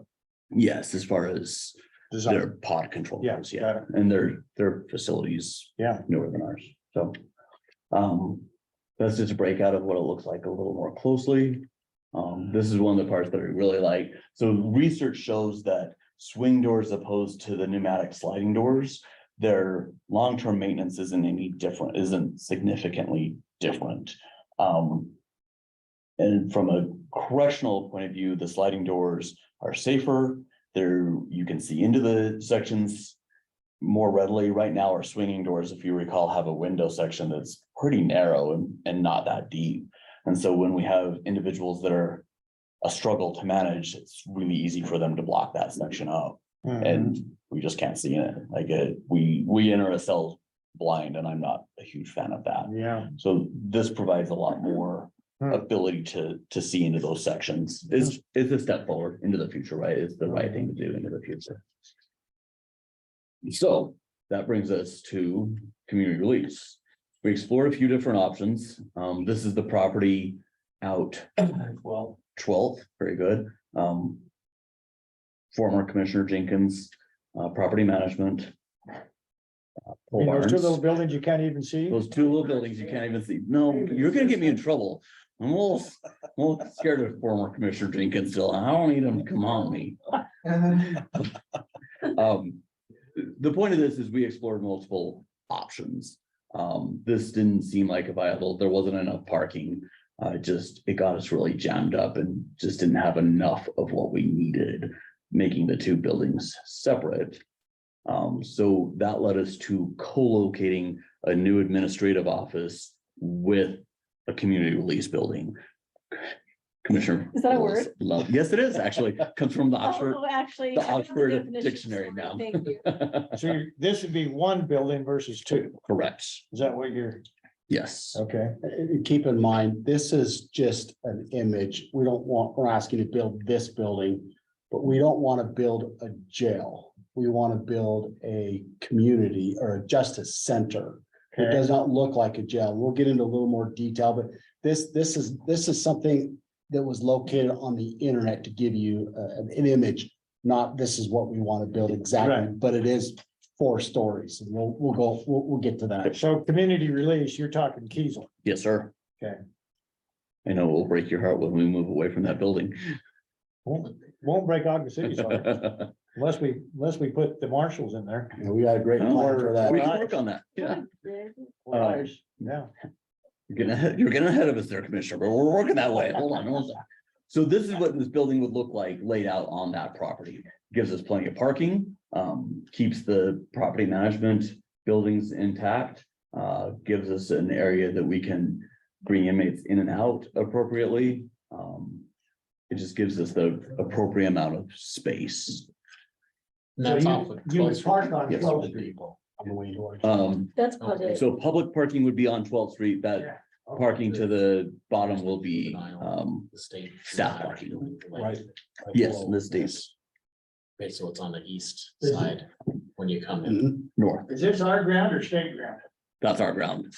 So the hard line to the bottom of that is where the state line, state property. Yep, Here? yep. We have an access that goes in between those two properties. Back to the property So management. these are Jenkins Memorial Building here. Yes. This is where we're talking right here. So with this proposed. Well, street. Are we assuming that Terra Park gets an access off 12th Street? Yes. Okay. At some point in time, Because or they could go through. So we're leaving this. the transportation yard stays open. No, so this will be gated similar to how this is. So property management would still have access through two gates. Okay. Very similar gates. Bryce promised me he'd give me a good gate this time, so I'm gonna hold him to it. Very good. Does that work for you? This area would remain a road, so even if we left Terra Parks there, I don't think we're that far south. All right. Sean, Don't worry about that. Does that answer? your Bryce and your team expressed that they mostly use that road to the south. We're not shutting off access. It's just an additional gate, but they're still free to come through it. Perfect. So there's a very, very rough drawing of what the building potentially looks like. This would be the main floor. This would be all of the community release portion. So this is the release portion of that. They go out to the transportation area. This would be the female housing section where our inmate population would live, a public lobby, pretrial, and then the patrol staff would be on the ground floor. Giving them all access to in and out. Our concept is to bring all of our, so right now, when you enter our facility, the lobby splits you into two areas, right? To the right, you go for visiting and corrections minded stuff. To the left, you go civil. This concept brings that into a tighter, leaner system, so to speak, of you enter the lobby and we're gonna take care of whatever those needs are when you enter our lobby. We anticipate a reduction of anywhere from 15 to 35% of front end staff if we would combine them. Okay. Combine the windows. Well. The second floor would be investigation, the reentry team, the male housing section. That concept. The third floor, we'll get into the presentation a little bit further, but we're proposing having tenants as in like community partners, not as in JC vendors. But administrative, community partners rather than other office buildings. And then on the fourth floor would be the sheriff's administration area. If you take the square footage of our existing administrative area, this is just a couple thousand feet larger than that. Just to give you an idea of size wise. How big's your beds? How many beds 225-ish, 26 between the two, male and female? Yes. here, yes. Yeah. Yep. Okay. And are Combined. these people that would just stay on weekends or is it held? It would be the whole shebang of community service inmates, work release inmates, weekender inmates, yes. So that type of individual. So Kiesel right now, we have about 100 and capable of about 150 to do work release through. This will add about 75 and the reason why we're adding is I believe it's in the packet that we're gonna hand out that you're seeing a trend where years and years ago, it was just jail or no jail. But with all these programs coming out, they want people that think they should go to jail, but they don't want, just for example, the spouse that the moneymaker or has a job to lose their job. So you go to work during the day, but you come here and sleep at night and you can still serve your time. So we're seeing the courts track that way as is kind of in between, right? So that's why we feel a need to increase the beds for that reason. Okay. And how do you deal with food service, et cetera? So you need kitchens in here or? Would be the same way we do it now, Commissioner. We just prepare all the So you meals at just ship 12th them Street. over? Just a Okay. much less, So we just- a much shorter shipment area. We just need one kitchen then? Yep. Okay. And also you'll see our supervision go down too, because we won't need to have so many sergeants and corporals. Yeah. Because when they're that far away, you need that discipline over there, that supervision here. It'll be all under the 12th Street. Right. Supervision-wise. Before you leave this slide, will you show them like you did me last week, where each of those components exists now? Sure. How did I do that last time? Just pointed to the screen. Oh, okay, yeah, You said just in this colors, is- this yep, is currently sorry, I apologize, thanks. In Kiesel and, So all of the green is currently in the sheriff's office administration area, other than reentry. Reentry kind of goes back and forth between the two buildings, between Kiesel and our 12th Street facility. All of the lighter color, pink or whatever you want to call that, is Kiesel housing now. This just improves. So this area will be very similar to the transportation area as far as a dedicated way into the facility, a search area, and up to your housing units, and then reversely coming down and going out. So again, while drugs and bringing contraband into the facility is a struggle that we will continue to struggle with. It's just part of corrections for as long as it has been a career path. It helps improve that. Okay, So some of our community partners, it didn't get time, sorry, Sheriff, they ran out. The tenant area, some of the idea, the concept that we've been discussing is to put community partners in that. So Weaver Human Services, the Center of Excellence, Boca, USARA, Department of Workforce Services, Midtown Clinic. So Commissioner Bowles has been to the weekly reentry fair. So a lot of the individuals that go to the community, that weekly community reentry fair would be housed, would have office space there, whether it was their dedicated office space or flex space or whatever that ends up looking like. It brings services to the population that we essentially serve, right? There's a portion of what corrections does is just keep the human being secure and removed from the public. The other portion of corrections is in the name of trying to correct their behavior and give them a successful path forward. Putting all of it right now, our inmate populations released, and while we continue to strive, and the reentry coalition has done a great job, huge strides forwards in making those warm handoffs. Like this puts it all under one building, literally even individuals. what floor do you put these on? I forget. Third floor. Yeah, please. So Commissioner, earlier I talked to you about Okay, bridging the gap, Yeah. right? So those groups that are out there, if they're part of our team, we want to be able to provide space. This is the angle that we're looking for, is the Weaver Justice Center. Right, regardless if you're right or left, we all want justice, right? It's the right thing to do. The problem that we're having in our group or our teams, our partners, is the distance. They don't communicate, but if we provide them, so we have a section called tenants. I mean, we can move this around or even adopt this so as we grow, as the key foot to with all the names, with all these partners on here, these are the ones that are working in our community to help the problems that we have. And we all know that personally, I struggle with some of these, and it's not in a bad way.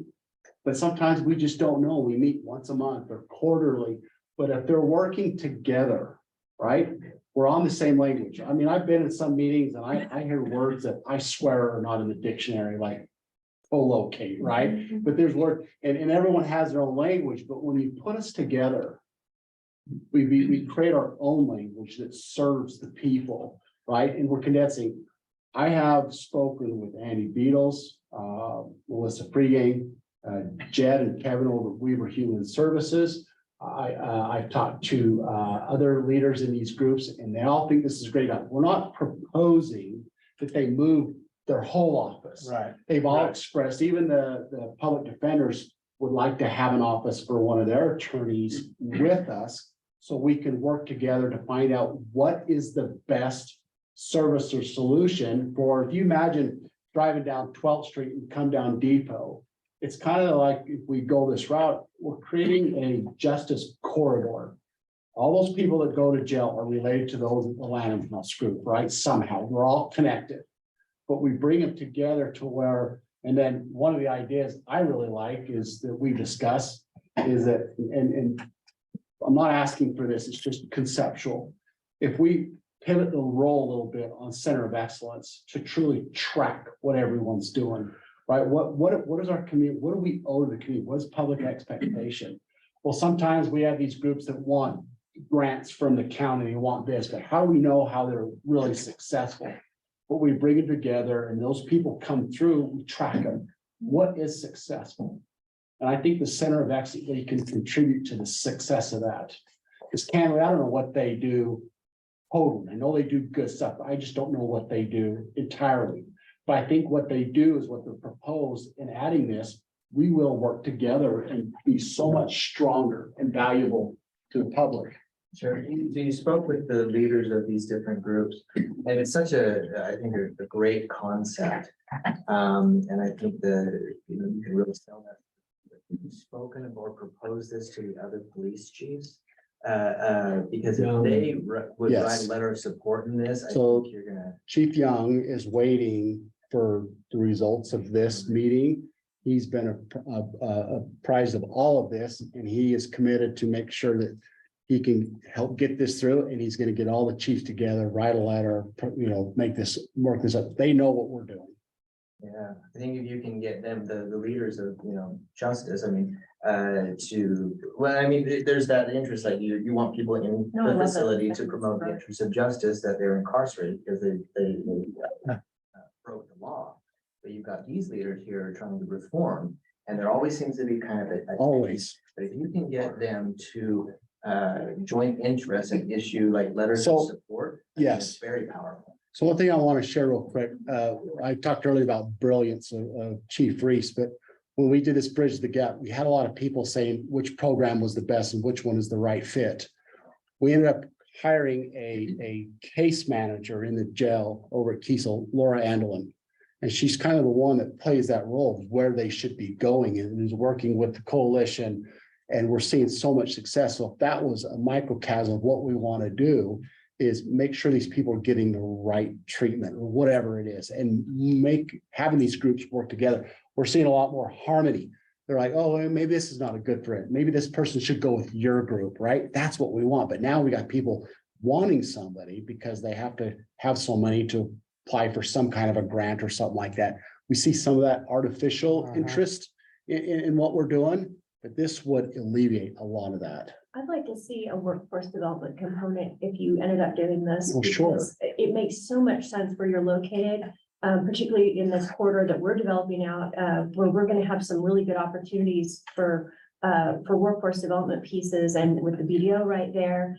It just So- seems like a natural fit to go into this area that you're creating. The ATC has proposed, and we've talked, and this was, we were doing Bridge the Gap. They would love to have an area to train for like plumbing and for construction, those things. But for us to get them to the ATC it would be difficult. But if we have them centralized, and if we end up building out this third floor or adding to it or whatever, we can bring that there, right? And these groups are still working together. So when they do leave the jail, they got their driver's license, they got their ID cards, and they got a job waiting for them. Because why? That they're already certified or got this training certificate.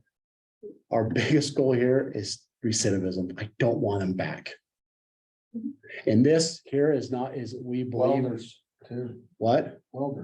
welders, Yes. plumbers, electricians, all the trades. So, and this is not, I want to make sure you guys see this too. This is not the county adding more money. This is the county providing a facility to everybody come together and solve the bigger problem.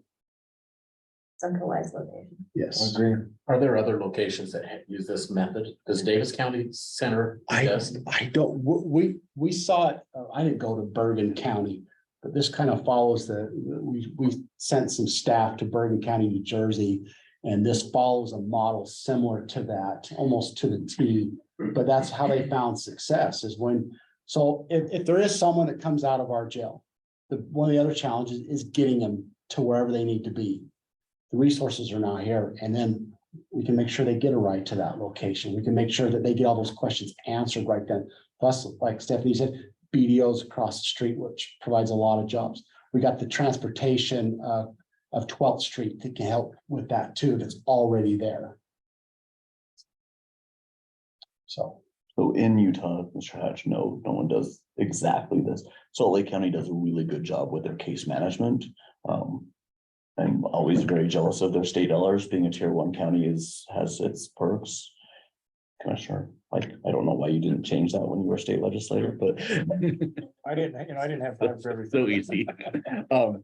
They have a lot of funding that we don't have access to, but they have a really developed case management, which is hand in hand Well, with you've what got this Ogden does. Weaver Tech, which runs the state program for Yes. incentivizing employers to hire. And that's just right up the street too. So I could see them wanting to have a space. Yeah, in that. this is not limited to these groups. Yeah. We want people who want to help with success of others, the true reentry into society, and we don't want them back in jail. I say this as a joke often, but I'm a spiker with the Chamber of Commerce, and we always go around introducing ourselves. Well, I work with lithograph, or I do printing, I do services. People say, I want your business, and they come to me and hey, Ryan, I'm sure, but we can't. I don't want your business. I don't want you in my jail. I don't want you in the backseat of our trucks, but it's true. And this is a great way to achieve that. So how do community partners, I think, is a critical component of your vision here, which I believe in. The issue that I've had is, when we started Center of Excellence back 4 years ago, the initial vision behind Center of Excellence wasn't called that then, was how do we get all the nonprofits to sing on the same sheet of music where they're not competing against others. And back then it was like, Cottages of Hope, yeah. 4 or 5 of them would come down and visit me at the legislature saying, we've got the best program since sliced bread. We need you to give us $500,000. The next day, somebody shows up, well, don't believe these guys. We're the ones that really provide the best services. So that was the idea, is to bring all those groups together and not try to pick winners and losers, but all work on the same page. I'm not convinced we've got there, but the only way I see this working is if you can come up with a method or some protocol to say, look, here's how we're going to vet it. We're not going to have 4 agencies, nonprofits, providing the same service of each other. We don't want 4. And that's what we always said. I don't want 4 of you guys coming down, tell me the same story, tell me you're doing the same thing, asking for the same amount of money. I want to hear from 1. And if you look at it from a legislative appropriation standpoint, that's what it comes down to. So how do we get there? And I think you've got a lot of opportunity here. Can I respond to that? But you're gonna have to get there. Yeah, please do. So this is the purpose of bringing them together, and this is why I alluded to on Center of Excellence, right? If there was an added component, it's either them or somebody else. Yeah. That when these groups come together, we track them. So at the end of the year, we can say, okay, you 4 groups that all kind of do the same thing. It's ABC company that's the best one. That's where our money should go. Okay. Because they have the best results, right? But we get a true measure of the success. And it forces the other groups to do better, right? Competition creates better services, better people. And I think if we had that component in with these groups, when they do come to give you money, we can look and say, oh, based on your success, we'll give you 10,000, but you guys, we'll give you 100 because look how well you do, right? This all works with the courts. It works with these groups. It works with what we're trying to do. Yeah, okay. That's my So proposal. you've got that in mind, basically. That's the main You gotta have- part of bringing everybody together is Yeah. accountability. I just say you can't have 8 different nonprofits down there competing against each other, trying to prove who's best. You've got to say, look, we've done the research. Yes, Here's where we're gonna put our right. money. And Plus- and then you can, specify the period of time or whatever, but The other thing we have the ability to do is bring this all together. Look at the grant opportunities yeah, that we could bring in. sure. I was just thinking, it's like an incubator. Yeah, It's like a rehabilitation incubator. And there's gonna be a period of time that'll have to be just kind of a testing period where you're doing information gathering and where you're doing your initial test period. But yeah, I think it has a lot of potential. Yeah. To get to the point where you've got it narrowed down and you got a fully functioning right. facility. I That don't is want, slightly competitive. It is. It would be like, I really would like to get my nonprofit in there. Well, you gotta A, prove B, and it. C, right? but we're accused of so much waste, right? but we have a component that shows us that we're doing our due diligence to Yeah, make I- sure the money goes the right place. Yeah. But you have something they all need and incentive to work together is proximity. Mhm. Where else can you bring everyone to the source of Right. who we're trying to treat? And they're all served right there at that location. It's very attractive. And the fact is too, is Ogden has a lot of issues with Hospital transients. too. That'll draw that out, thus achieving Ogden's goal, wanting to clean up. They'll come out here. And I'm okay with that. That's what it's for. So if we may hammer down on one more layer of your concern, Commissioner Frower. The Weaver County Reentry Coalition provides a good foundation to move that forward. So right now we have our case managers that are embedded in that coalition. Our case managers that work for the county. Yeah. Direct the human beings that are in our custody to which program works Okay. best. And so I So think you that's kind of handle taken, that from your side. we've taken some of that niche out of it a little bit and to find the best path forward for the incarcerated individual. Does that help answer some of that? Also Yeah, flush yeah. it out a little bit. Makes sense. So now I gotta go fast because I still have a whole handout to go. That's what the inside of the community service work release facility would look like. This is where Scott parked up because I had said that we wouldn't need any additional full-time employee positions. I think that he didn't believe me when I originally kicked that out a couple of years ago. This is why this model, this bed look, this model of security allows us to have less staff to provide the same amount of security. Kiesel's old and antiquated and has a whole bunch of hidden corners that are just not healthy to keep inmates in. This gets it a lot cleaner and gives us proper lines of sight. Go ahead, Commissioner Harvey. It's level 6. Yeah, this would be the community release individuals, yep. So that gives you an idea of why I am not just lying to Mr. Park. I have proof that we are going to not use additional staff members. And then the closing slide is to have once been a criminal is no disgrace. To remain a criminal is the disgrace. And that I think very much ties up what our goal is for this. So since Commissioner Harvey wanted data, here's your data, sir. The first portion of that. Okay, it's just will definitely put you to sleep. The first portion of it is really just the programming numbers. It gives you some of a peek into what our staff have been doing with the architects. Like there's not wasted space. Our staff have gone through this multiple times. We've checked out the wasted space. We've really tried to define what we need with a look into what the future may hold, which is always a little dicey to look at, but that is the work that our staff have done. If you'll go to the tabs page, because Where are we going? where the tab is, Green tab? Yeah. Yep. Whatever color tab, it's just one tab. There's only one tab. It doesn't matter what color it is. Okay. If I messed it up. Mine's green, I think. There we go. So if you look at that bottom number, there's $12.5 million worth of warrants sitting out there just from Weaver County. So if all of those individuals were suddenly arrested and came into our facility, that's $12.5 million worth of warrants that are sitting out of that. On the next page, if you look, there's 12. You're saying sitting out there, well, how come they're still sitting out there?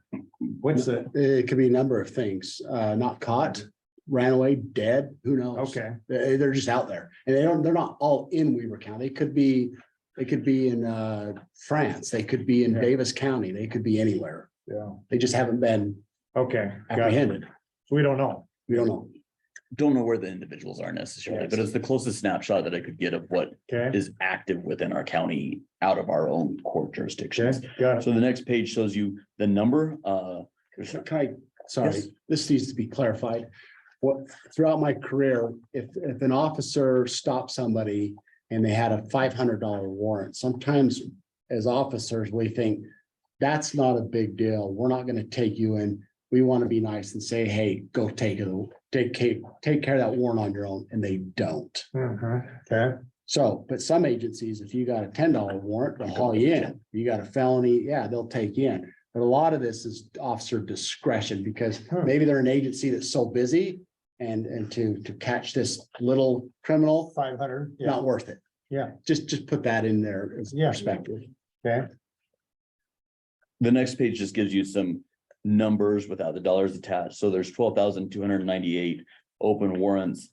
These warrants belong to over 9,000 different individuals. When we first started going through this data, my hypothesis was that there'd be 1,000 people that had the 12,000 warrants, and that wasn't the case. Like, there was one individual that has 11 warrants. He's the winner in our county of individuals, of number of outstanding warrants, but there's a lot of individuals that just have 1 and 2 warrants attached to their name.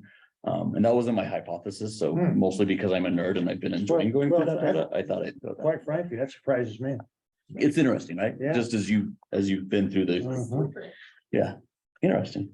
The next is just a graph that shows where those warrants are out of. The next page, What's an Ogden district? so district court is what does all of the felons. Yep. Well, the JP seemed to have the majority, huh? Yeah, JP does, because there's a lot of, like, to what the sheriff was pointing out, like, when you pull somebody over for intox and they look like they have their life together, there's no sense in taking them to jail for a $200 intox warrant, right? So a lot of times enforcement will let them go and just advise them on that ticket because they're functioning human beings at that moment. So there's no sense in taking them to jail. And a good officer will get the guy's updated information with a phone Yep. number and address, so the courts can follow up or another officer can follow up or somebody. Usually what happens. Yeah. Okay, So the next page, I had multiple graphs in, mostly because I wanted to poke at Scott Park a little bit, but since it's not here, it's not as enjoyable. Very sincerely, it took me a minute to figure out what language Scott was talking, but once we got on the same page of language, it was super helpful to figure out what, because we were saying the same thing, we just weren't saying it the same way. And so what this graph depicts is that the best numbers that we can put together, and I really appreciate Scott taking so much time to put the numbers together and try and get some hard data for us to look at.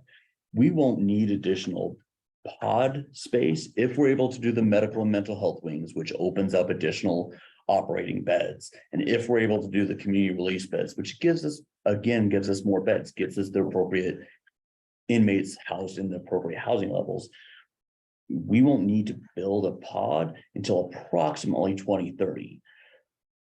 Our proposal is to put that on the strategic plan so that it can move up or down a couple of years So the as two the data pods. affirms. So the first One or pod, two. 2030 to 2030 Got it. is Okay. approximately. okay, And then a second pod is projected right now to 2038 to 2043. That's where Scott and I started having this hard conversation back and forth of like, but the county is going to explode. You're going to build all of these jobs out west. And a lot of those jobs are blue collar jobs. They're the kind of people that like to come visit me, right? Like, so we were having these long conversations and Scott's like, no, you're not understanding. So it took us some communication back and forth, but I love putting it on the strategic plan. that makes a lot of Gives sense us there. That was right the there. ability to, right, like we get building and all of a sudden we do have a population increase, or Ogden City suddenly becomes the place for gangs to hang out again and we need to incarcerate more people. Like, let's kick it up a little bit. But we also have a pretty good number, which I'm about to get to, of what that's going to cost the county, The pods, what the pods will okay, cost the county. So that's why that's in there. I actually think it's a really important piece of the data puzzle. yeah, good to know. And it'll let me poke at Scott a little bit. So even though he's did not Scott here. buy off on that then? Yes, he did. Okay. It took some going back and forth. We've shared data a lot. He conceded a few points, I conceded a few points, and I liked the number that we came up with. It was really good. Okay, The next graph gives you an idea of what our pretrial individuals look like. Now, again, like looking into the future, pretrial is really hard to guess what is going to happen. There's state legislators that want to really hammer down on pretrial and reduce that number of individuals that are on pretrial. Like if you've committed a crime, you should go to jail. I have no idea how that's going to play out long term. But right now, today, we had 506 individuals on pretrial that the state hasn't provided funding for. how many? 506 today is how many we're managing on pretrial. That you got in the jail? No, that are not on jail. They're out in the they're out. community. So they've committed some sort of crime. Okay, The judges looked at it, looked at the algorithm that the judges have, the administrative office of the courts put together, and the judge from that algorithm has deemed that that person should participate in the pretrial program. That pretrial program is set up on multiple steps. Some individuals check in once a week, some individuals check in once a month. Our staff, again, I will pat our staff on the back all day because they figured out how to manage that number of human beings. It's a daunting task. And I pray that none of them ever get sick because it puts us up behind the 8 ball. Yeah. But our staff do a great job. But I think it is important to recognize that there's 506 people with pending charges that could potentially, at a judge's whim, come back into our custody. It's not what I forecast happening, but it is a number that we need to be aware of. And then just, I know you guys all already know it, but I wanted to put it in front of our face. The state hospital where our sickest of sick individuals go to be restored or to be maintained down at the state mental health hospital. You can see the exponential rise in the last couple of years.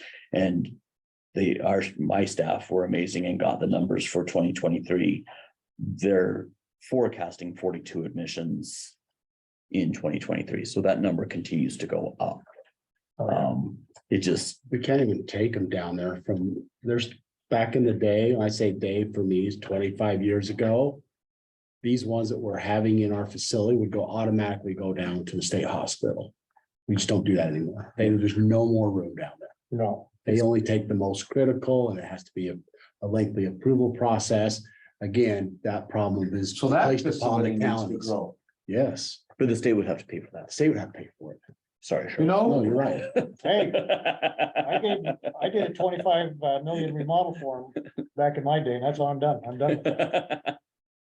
Well, And you're right, they were packed in. I think what Reese is trying to They emphasize didn't even say is thanks. Well, is actually, like JRI and all this, it's placed upon the counties now.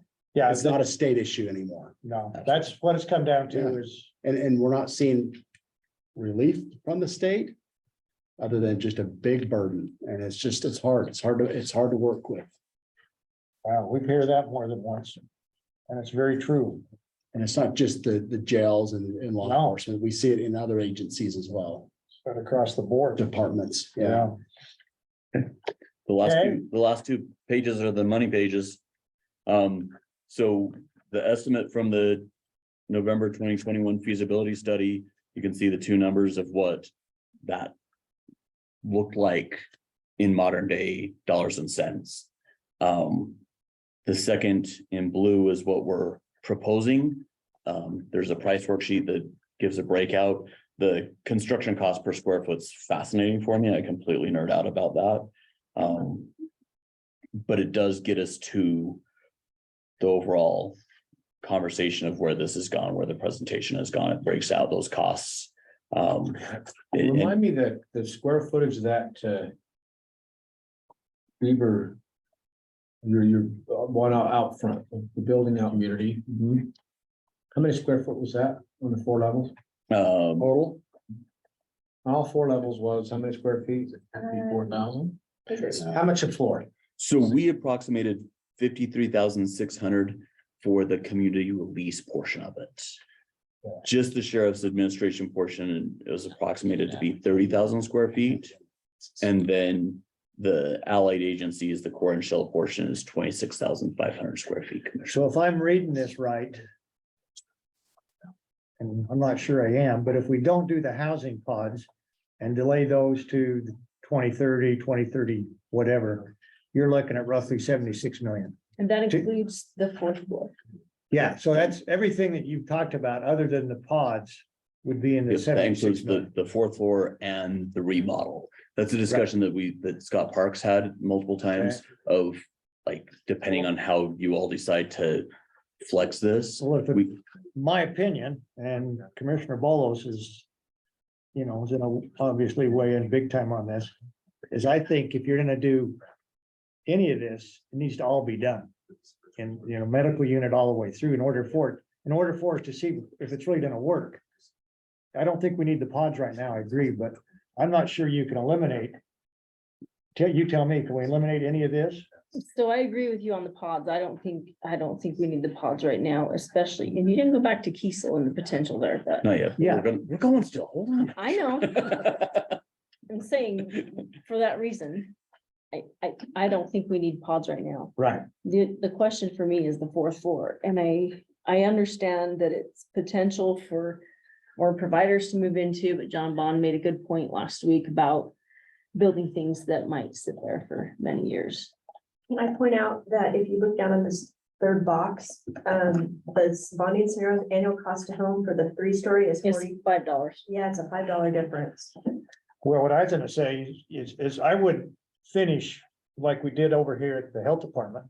You know, you could add that floor, whether it's third or fourth, I don't really care, but don't finish it, just do, Yes. you know, just do sheet rock in. And finish it as we need it. You know, you might have Weber Human Services that says, look, I'll take 2,000 square feet and I'll pay you, you know, $10,000 a month. That is what we're That's the plan. proposing. That's Yeah. the plan. So I would only finish it as, Yeah. it's again, core you're shell, not right? talking about donating this space. We're talking about, As needed by what we just deem appropriate. yeah, And leased, right? and least. To the, yes, to where it fit, yes. If the health department wanted to put some, you know, you might have the health department, but Yeah. I'm just giving you an example. We would, yeah, okay. The other thing I want you to look at on this core and shell floor is we're looking at tenants. It could be that something changed in our legal system and we need to build more space for inmates. That will be available as well Sure. on site. So I'm just saying, Yeah. there's a lot of options here. It's been well thought out, I'll say. Yeah, but I just don't, I think you put the space into existence, but you don't finish it out. That's valuable what that looks like, $5 a year. Yeah. On the average home. Yeah. You want to pitch Kiesel? You do it more eloquently than I do. Or do you want me to? So a lot of people refer to Kiesel as the elephant room. I just don't think it's appropriate. I think it's more, it's the turd in the room. We have an option here. We can cut the marshals and be done with it. So we're essentially gonna open up 150 beds, which is kind of like a pod, right? Without paying for the pod. But if we feel, I want to work with Chris Allred in his office and other locals, but if the marshals want to continue, we have the option of keeping Kiesel running. But my proposal would let them pay for it. Everything. We would come up with a formula that would say, we projected if you guys want 100 beds or 150 beds, whatever that is. We tell them this is gonna be the amount that's gonna pay for staffing, the maintenance, the upkeep and everything. What about improvements? If improvements are needed, right? But at the end of the day, we're just throwing money at it and we're not going anywhere with it. But it also could be used as a backup too. Let's be candid about that. If we have to dump from some emergency, dump the marshals, we can get them out in a week or two. Yeah, if we had another pandemic. Yeah, Okay, we roll ours in there for a time period. Kiesel still is viable, though I understand how it's feeling, but the linear section is no good. No. It's not. But the other section is still viable. yeah, And I think that we can, if we look at it with that in mind, I think it can be a contributor to the success of our objective, public safety, yeah. I don't and just, reducing recidivism. I'd like to turn it, if we do that, turn it completely over to the marshals, lock, stock and barrel, get a monthly rent check that covers everything. We'll call it a triple net lease. Not cost plus ten. Well, maybe that gets Ogden City to step up and take it completely off. That's the other thing. Or if If it's Ogden City possible. wants to come up with money. Yeah, whatever And they be out of choose the to do, marshal right? program? You can get out of it. Huh? altogether. And be out of the marshal program? Potentially. That's Ogden tough, but City won't yes. pay for I it. mean, if Ogden City, yeah, Not under the current. if you got rid of that building, you'd be out of the marshal business. Yeah. Well, if we're looking at just taking care of our own, meaning the county, but you gotta remember too, years ago. Sheriff Thompson worked with county attorney to those that met the standard or the criteria, the codes of the Fed. Most of those marshals are from our county. Yeah. But if they weren't, the marshals will take them somewhere else, some other jail, they'll have room for it. But there's a huge need for the marshals. I can't imagine them not wanting to work with us for a while. I think they would pay. I mean, Sure. I think we're undercharging now, but the fact that they're shipping people out of state, I mean, there's so many. It's either Henderson, Nevada or Denver's where they're The going. marshals, I mean, for the location, I would think they'd have a hard time getting a better, They get a better facility, but not proximity. But there is some relationship benefits that we have. You guys remember the escapee that we had out of our jail a year or two ago? It happened to be, was it a marshal? I try not to remember things like that, Craig, but yes, it was a marshal, thank you. Yeah. But they had him found, meaning his location within 3 hours. They have technology we don't have. They have technology that the government, federal government denies that they have. They have it. And they found him in Idaho, just on his way to Boise area like that. Really? There's a value partnership with the marshals and feds, and we want to keep it. But when you look in terms of costs, that's what we have to determine what the value of that cost is, right? So we could keep Kiesel running, and if Ogden doesn't like it, well, then they need to step up on their end, right? That's how I see it. And if they want to give us 10 million for their building, then we'll take that, we'll build another pod and just move the marshals over there. Yeah. I'm just saying, right? There's a lot of options here. I think you're headed the right way there. Personally. And the fact that they're trying to take property away from us now chaps my hide as well. With their new road to down Depot. Wow. I won't go that direction, but They're getting in the land grab on more than one area. Okay, commissioners, what So question? what would you like from us? first of all. What do you request from us? Well, Reese, we would love to go with the plan that has the 4 stories. Oh, there's something else that we added in there. She said. Sharon, I think he said that. What? 4 story. Where's the, It makes sense, Commissioner, if we're looking into the future. It's on the second page. so there's something else I just want to touch upon before we leave. Commissioners, we went to Davis County and saw the receiving center. Kevin Miller at the architectural firm, I just said, how much would it cost to build us around a 3,000 square foot house material? It doesn't have to be a hard structure, a really light office building. And the only thing we don't have is a location for it, but it's about $1 million. But when we're talking about true service and access and receiving, we could build one of those. To me, this is probably, it's not a need and it's not really a want, but I think it's something that we could do because this is where it comes into, it ties a little bit into, we're here. So Matt Gwynn is on board with the access center, or we can call it receiving center, with the money that he worked to have go towards McKay for what we have up there. The problem with McKay, it's narrow in what they can accept. The receiving center can do the same thing, but we can transport people to McKay as needed. But those services that we have that we've presented that would work with us, they could absorb some of that and get that right help to anybody coming in off the street, rather than just working on specifics. It's true. And we could probably find a spot close to our office or even in front of our jail. I don't know yet. But that's something I think we ought to take. And then the opioid money that, I don't know if you have plans for that. Not yet. But that could really work to the advantage of an access center. And that's the money I was talking about in previous conversations that we could use to track these groups that want to be partners with. Right? The money goes to the individual, track them, then we decide which one is the most successful. Yeah. So what do I want? My ask here is keep in mind, we start with a feasibility study. The data here shows that we should do a mental health expansion or renovation of our building.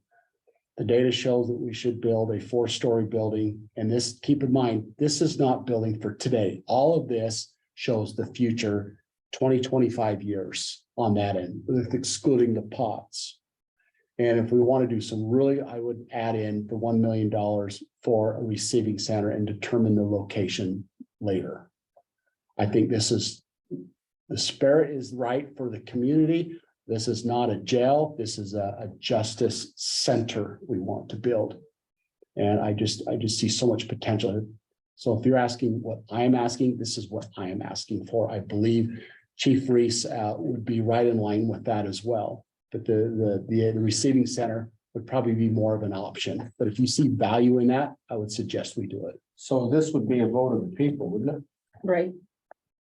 So we're looking at a GO bond Yes, sir. Yes. and 76 million. Is that the numbers you've discussed with famous John Baum? Yes. Yes. What does that do on average value tax for the Weber County resident? $48. Thank you. Friday, we were Three talking. stores. Was that 48, annual? 4 stores. 48, sure, it's a tax increase that much. Friday, we talked about whether operation maintenance should be part of this dialogue. I think as a side note, we ought to just explore that thoroughly so that we're not missing anything. Okay. So we had a higher number if we had an operation maintenance to that number. But if you just go with 48, that's where you are with the current interest rate that we've got, that we could have access to, and our tax bond rate that we've got. That's where you are. Okay. Well, I would think it would be short-sighted not to do the, I'm not a big fan of the receiving center that McKay did. It just seems, and we, Commissioner Bowles and I went through it. I mean, it just seems very limited to me. I envision something a little more proactive, aggressive, I guess. And anyway, I think we can do a better job ourselves with the receiving center. So, Yeah, I agree. and for $1 million, $1.5 million, I mean, that's Maybe gonna that be what, could be cents on the dollar. maybe a salary savings on our end, Yeah. that could do it, but if we wanted to add it, it would be 77 million. One more million, or $1.5 million, if you want to go $1.5 million. I'd like $1.5 million, make sure we're covered. Commissioner Bolos and John Bond asked for additional, this is the breakout of the costs. It's for you too.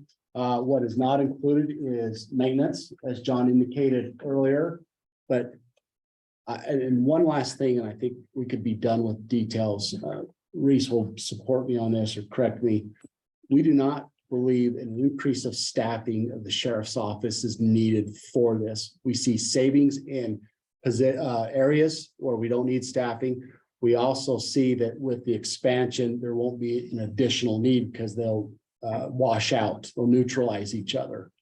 That's why we don't think there'll be, but at this current staffing levels now, we need more. But if we were closer to fully staffed, that would be plenty for all of this. If we're closer to fully Yeah, staffed. we won't Yes. need any additional full-time. Yeah. Yes, so And you haven't brought in the idea, if we do the marshals, there should be obviously some revenue replacement as part of that, Mhm. whatever Yes. that would be, right? So you're not saying increase staffing even with the new housing? New housing, we would have to increase. Okay. When we built pods, oh, pods, For the yes. pods. But not Yes. this, Not not this. this. not this 70, proposal, not the, But if we could get closer to full staffing, We'd be just fine. we'd be fine. Okay. Commissioners, if I might- We've already got authorized under the budget. Uh-oh.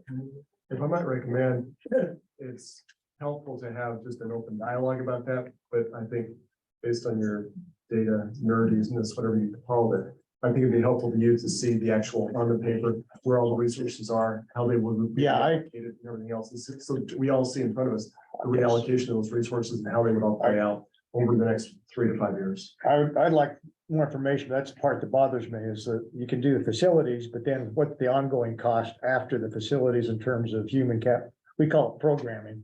So do we have to then have an asset and all of a sudden our programming goes up by 30%? I can. That's what provide that for you. that's the game the university's always played with me. Build us a new building. We don't have to hire 50 new professors. Guess what? And then you do. A year later, they wanted 50 more professors. But you've talked about having a need for, well, you got FTEs available in your budget, but they're not, you don't have the staffing yet. What is our current budget? What is the FTEs that are not currently Yeah. being fulfilled? How will all of those things tie into a future plan? Does that question make sense? I think I can provide a worksheet that shows those things. Okay, Commissioner Ball, if this is in your portfolio, you have a recommendation? I'm okay with the recommendation, and Stephanie makes a great point that it's only $5 a year for the average home. But I think we need to be careful in our messaging to the public about why. I mean, $1's a dollar to some people, about why we would add a 4th floor. We just need to be cautious in our messaging so they understand that. Well, I agree. And I think most importantly, I agree with what the sheriff said originally. We need to come together. This entire group needs to make this not just we're for it, but we're advocating for it. Because this is this is the vision of justice for Weber County for the next 25, 50 years. Although we can't advocate for it. Well, Correct. we can, when we message it, let me put it this way, we can advocate for it, you know, if we're speaking to small groups or large groups. Sure. I think we just be honest with them, sure. I don't Yeah, think, this is not just the jail. This is Yeah. for these other groups, these justice groups, these mental health groups, the addiction recovery groups. It's for them as well. yeah, For housing, homelessness, it's all for them. yeah, So sure. part of the state statute requires the county, because it would be a county initiative, to provide what they call an information Sure. pamphlet. I'd go go Yeah, through and- Ricky's office, And those types of things you can. pro and add- con, Exactly. You can add that into your information pamphlet. Yeah. So. Yeah. Yeah. And we can talk after this, if it's based on what the commission wants to do, but even if we need to set up like a public relations committee where we Yeah. just vet and make sure it's in compliance with the statute, but you're going to retain your First Amendment rights, all these agencies that are not part of the bond proposal, they can get out and make their arguments. So we'll be very mindful of what you can do, but yeah. Yeah. Yes, sir. You might want to activate the finance committee and figure out the best financing path that this could go on. We, when we did the library bond, we shaped that to include also the geo bond that was on this building, the conference center. And as we did that, we had less interest or more interest paid up front and less principal, because we shaped the long termness of all of the bonds together. You have to decide whether you want to have an abruptness of this $50 immediately, so that there's an immediate bump in everybody's taxes. And if so, then you're gonna pay more principal upfront, and it shapes this thing to drop off. It's gonna be a change about $10 million long term if we have an abruptness going up instead of shaping it slowly like we did with the library. So these are all issues with the Need to have finance. that discussion. Yeah, with the finance committee, if you want to activate that group. Yeah, and that's your committee, isn't it, Art? Think so. So if you wanna Activate them. put us together, We'll activate that. we'll go through that. And it looks like you're probably in a position in the next week or two to, you guys make a decision on where you're going. Activate it soon within the next period of time. Yeah. And Gilmore Bell and Zions have already been, Stephanie's been working to prep them. And so as soon as we activate that, they're ready to start receiving the numbers and running different scenarios. Right, I gave them values today. We just need the dollar amount. Okay, Sure. So you're well down the road, Sheriff. they need about 2 weeks prep. And fortunately, the voting dates changed this year, so we do have we were aiming for July 10th for you guys to make a decision.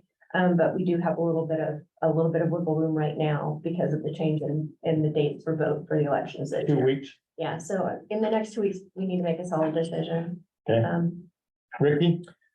Just getting back into the numbers a little bit. So I see only a 7%, not talking about housing plots. 7% increase in total cost between November 21 and now. But I see a 35% increase in square footage. Where are you getting those numbers?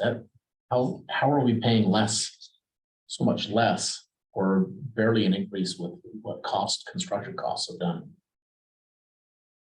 I would love Does for that- you to have a meeting with the architects, because I can't tell you the Okay. finer Well, points. the on that. November numbers include the pods, right? I excluded the pods for both of them. Oh, Because they were the same and the cost shows that as the same. So I just excluded those. And we have, dramatically higher numbers, about a third, 35% increase in square footage. Now, but only a 7% increase in total cost.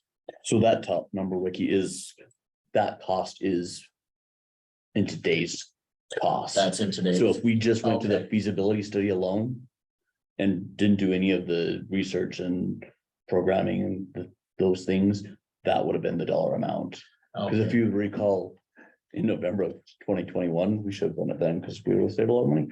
The proposed with the housing unit was 62 million-ish. Yeah. Does that make sense? It was. So they manipulated the 21 data to current dollars. Yes. Curious. We didn't know that. Still, it's only We were back. 7% more, but with 35% more square footage. Yeah. Maybe with the feasibility study. Feasibility study was not done with an administration for stories. It was just, It was all in-house. it's all, Right, it was in the two- jail. yeah, it was all around the jail. Okay, and so it would have required a higher level, because it's administrative, it's 275 per square foot, whereas But then you in-house also is got- like 4 or 5. You also got the additional growth of the third level that's core shell only. But the admin's going up, which is Yes. cheaper than spreading it out. Yes. So you can see an Right. influx in the square footage that way, and you can get a little bit cheaper. But that was throwing me off as well, because when we were talking about 2021, it wasn't in current dollars. So that number would actually look quite a bit different if we were comparing what it was back then versus what it is now. And I think that's where at least 2 or 3 of us were confused. Sheriff, also on the 2021 numbers, that included a build of a hard, all of this is hard facility, right? Most of it was a hard facility on the So original. that This makes is this most- cheaper as well, it's not. because there's very little, there's a push out of some walls Yes, and the rest of it's soft. yes. Makes you do That's that. great. Yeah, when Commissioner Harvey made a comment, there's a lot of work and detail and thought gone into this. Those things I mean, for the last couple of years, you know, what does a soft gel look like versus a hard gel and cost? And then it's building an office building. And so that's why we were looking, how can we accomplish what we need? And that was the idea of renovating our admin to save a lot of money. And so, and also, we're saving property too by going this route, because if we built out, we'd be property poor. With the pods, we still have the ability to do even more pods if we had to. We could do 4 out there without doing this, if we had to go for pods. So Ricky, does that make you feel better? you don't look like it. 100% better? 100% better? I don't know about that 100%. why you call him a friend, Ricky. Okay, sorry, I've got to run to another Yeah, meeting. I'm okay with that. Thanks, great presentation. Thank you. Commissioner Harvey, famous last word. No, you said $5, it's $5 a month, isn't that what we're talking about? It's a year. No, a year. $5 a year, I'll go back, I'll read my deal, thanks. 48. bucks a 48 year. versus 43. Oh, that's okay. That's the difference. That's the between difference third between and the fourth. third and fourth. Three, four, But four. overall, it's So that, 50 yeah, bucks a year. yeah, it's $50 a year, $4 a month. There you go. Reasonable commission in the next 2 weeks would get to a point where they feel comfortable with the decision, or what do you think? We have to. Yeah, I don't think we're gonna have a choice, I don't think we do either. so I'm there already, but I think let's get the finance. I would- Yeah. I mean, we have to make a decision, that's what I'm saying. no, I understand that, but I guess the consensus is go. But I'd like that additional discussion on programming, as John Bronze brought up. I want to make sure we've looked at that. Yes, I absolutely. just want to make sure I understand it. So. With that, thanks again. Thank Take a you. motion to adjourn. So moved. Second. All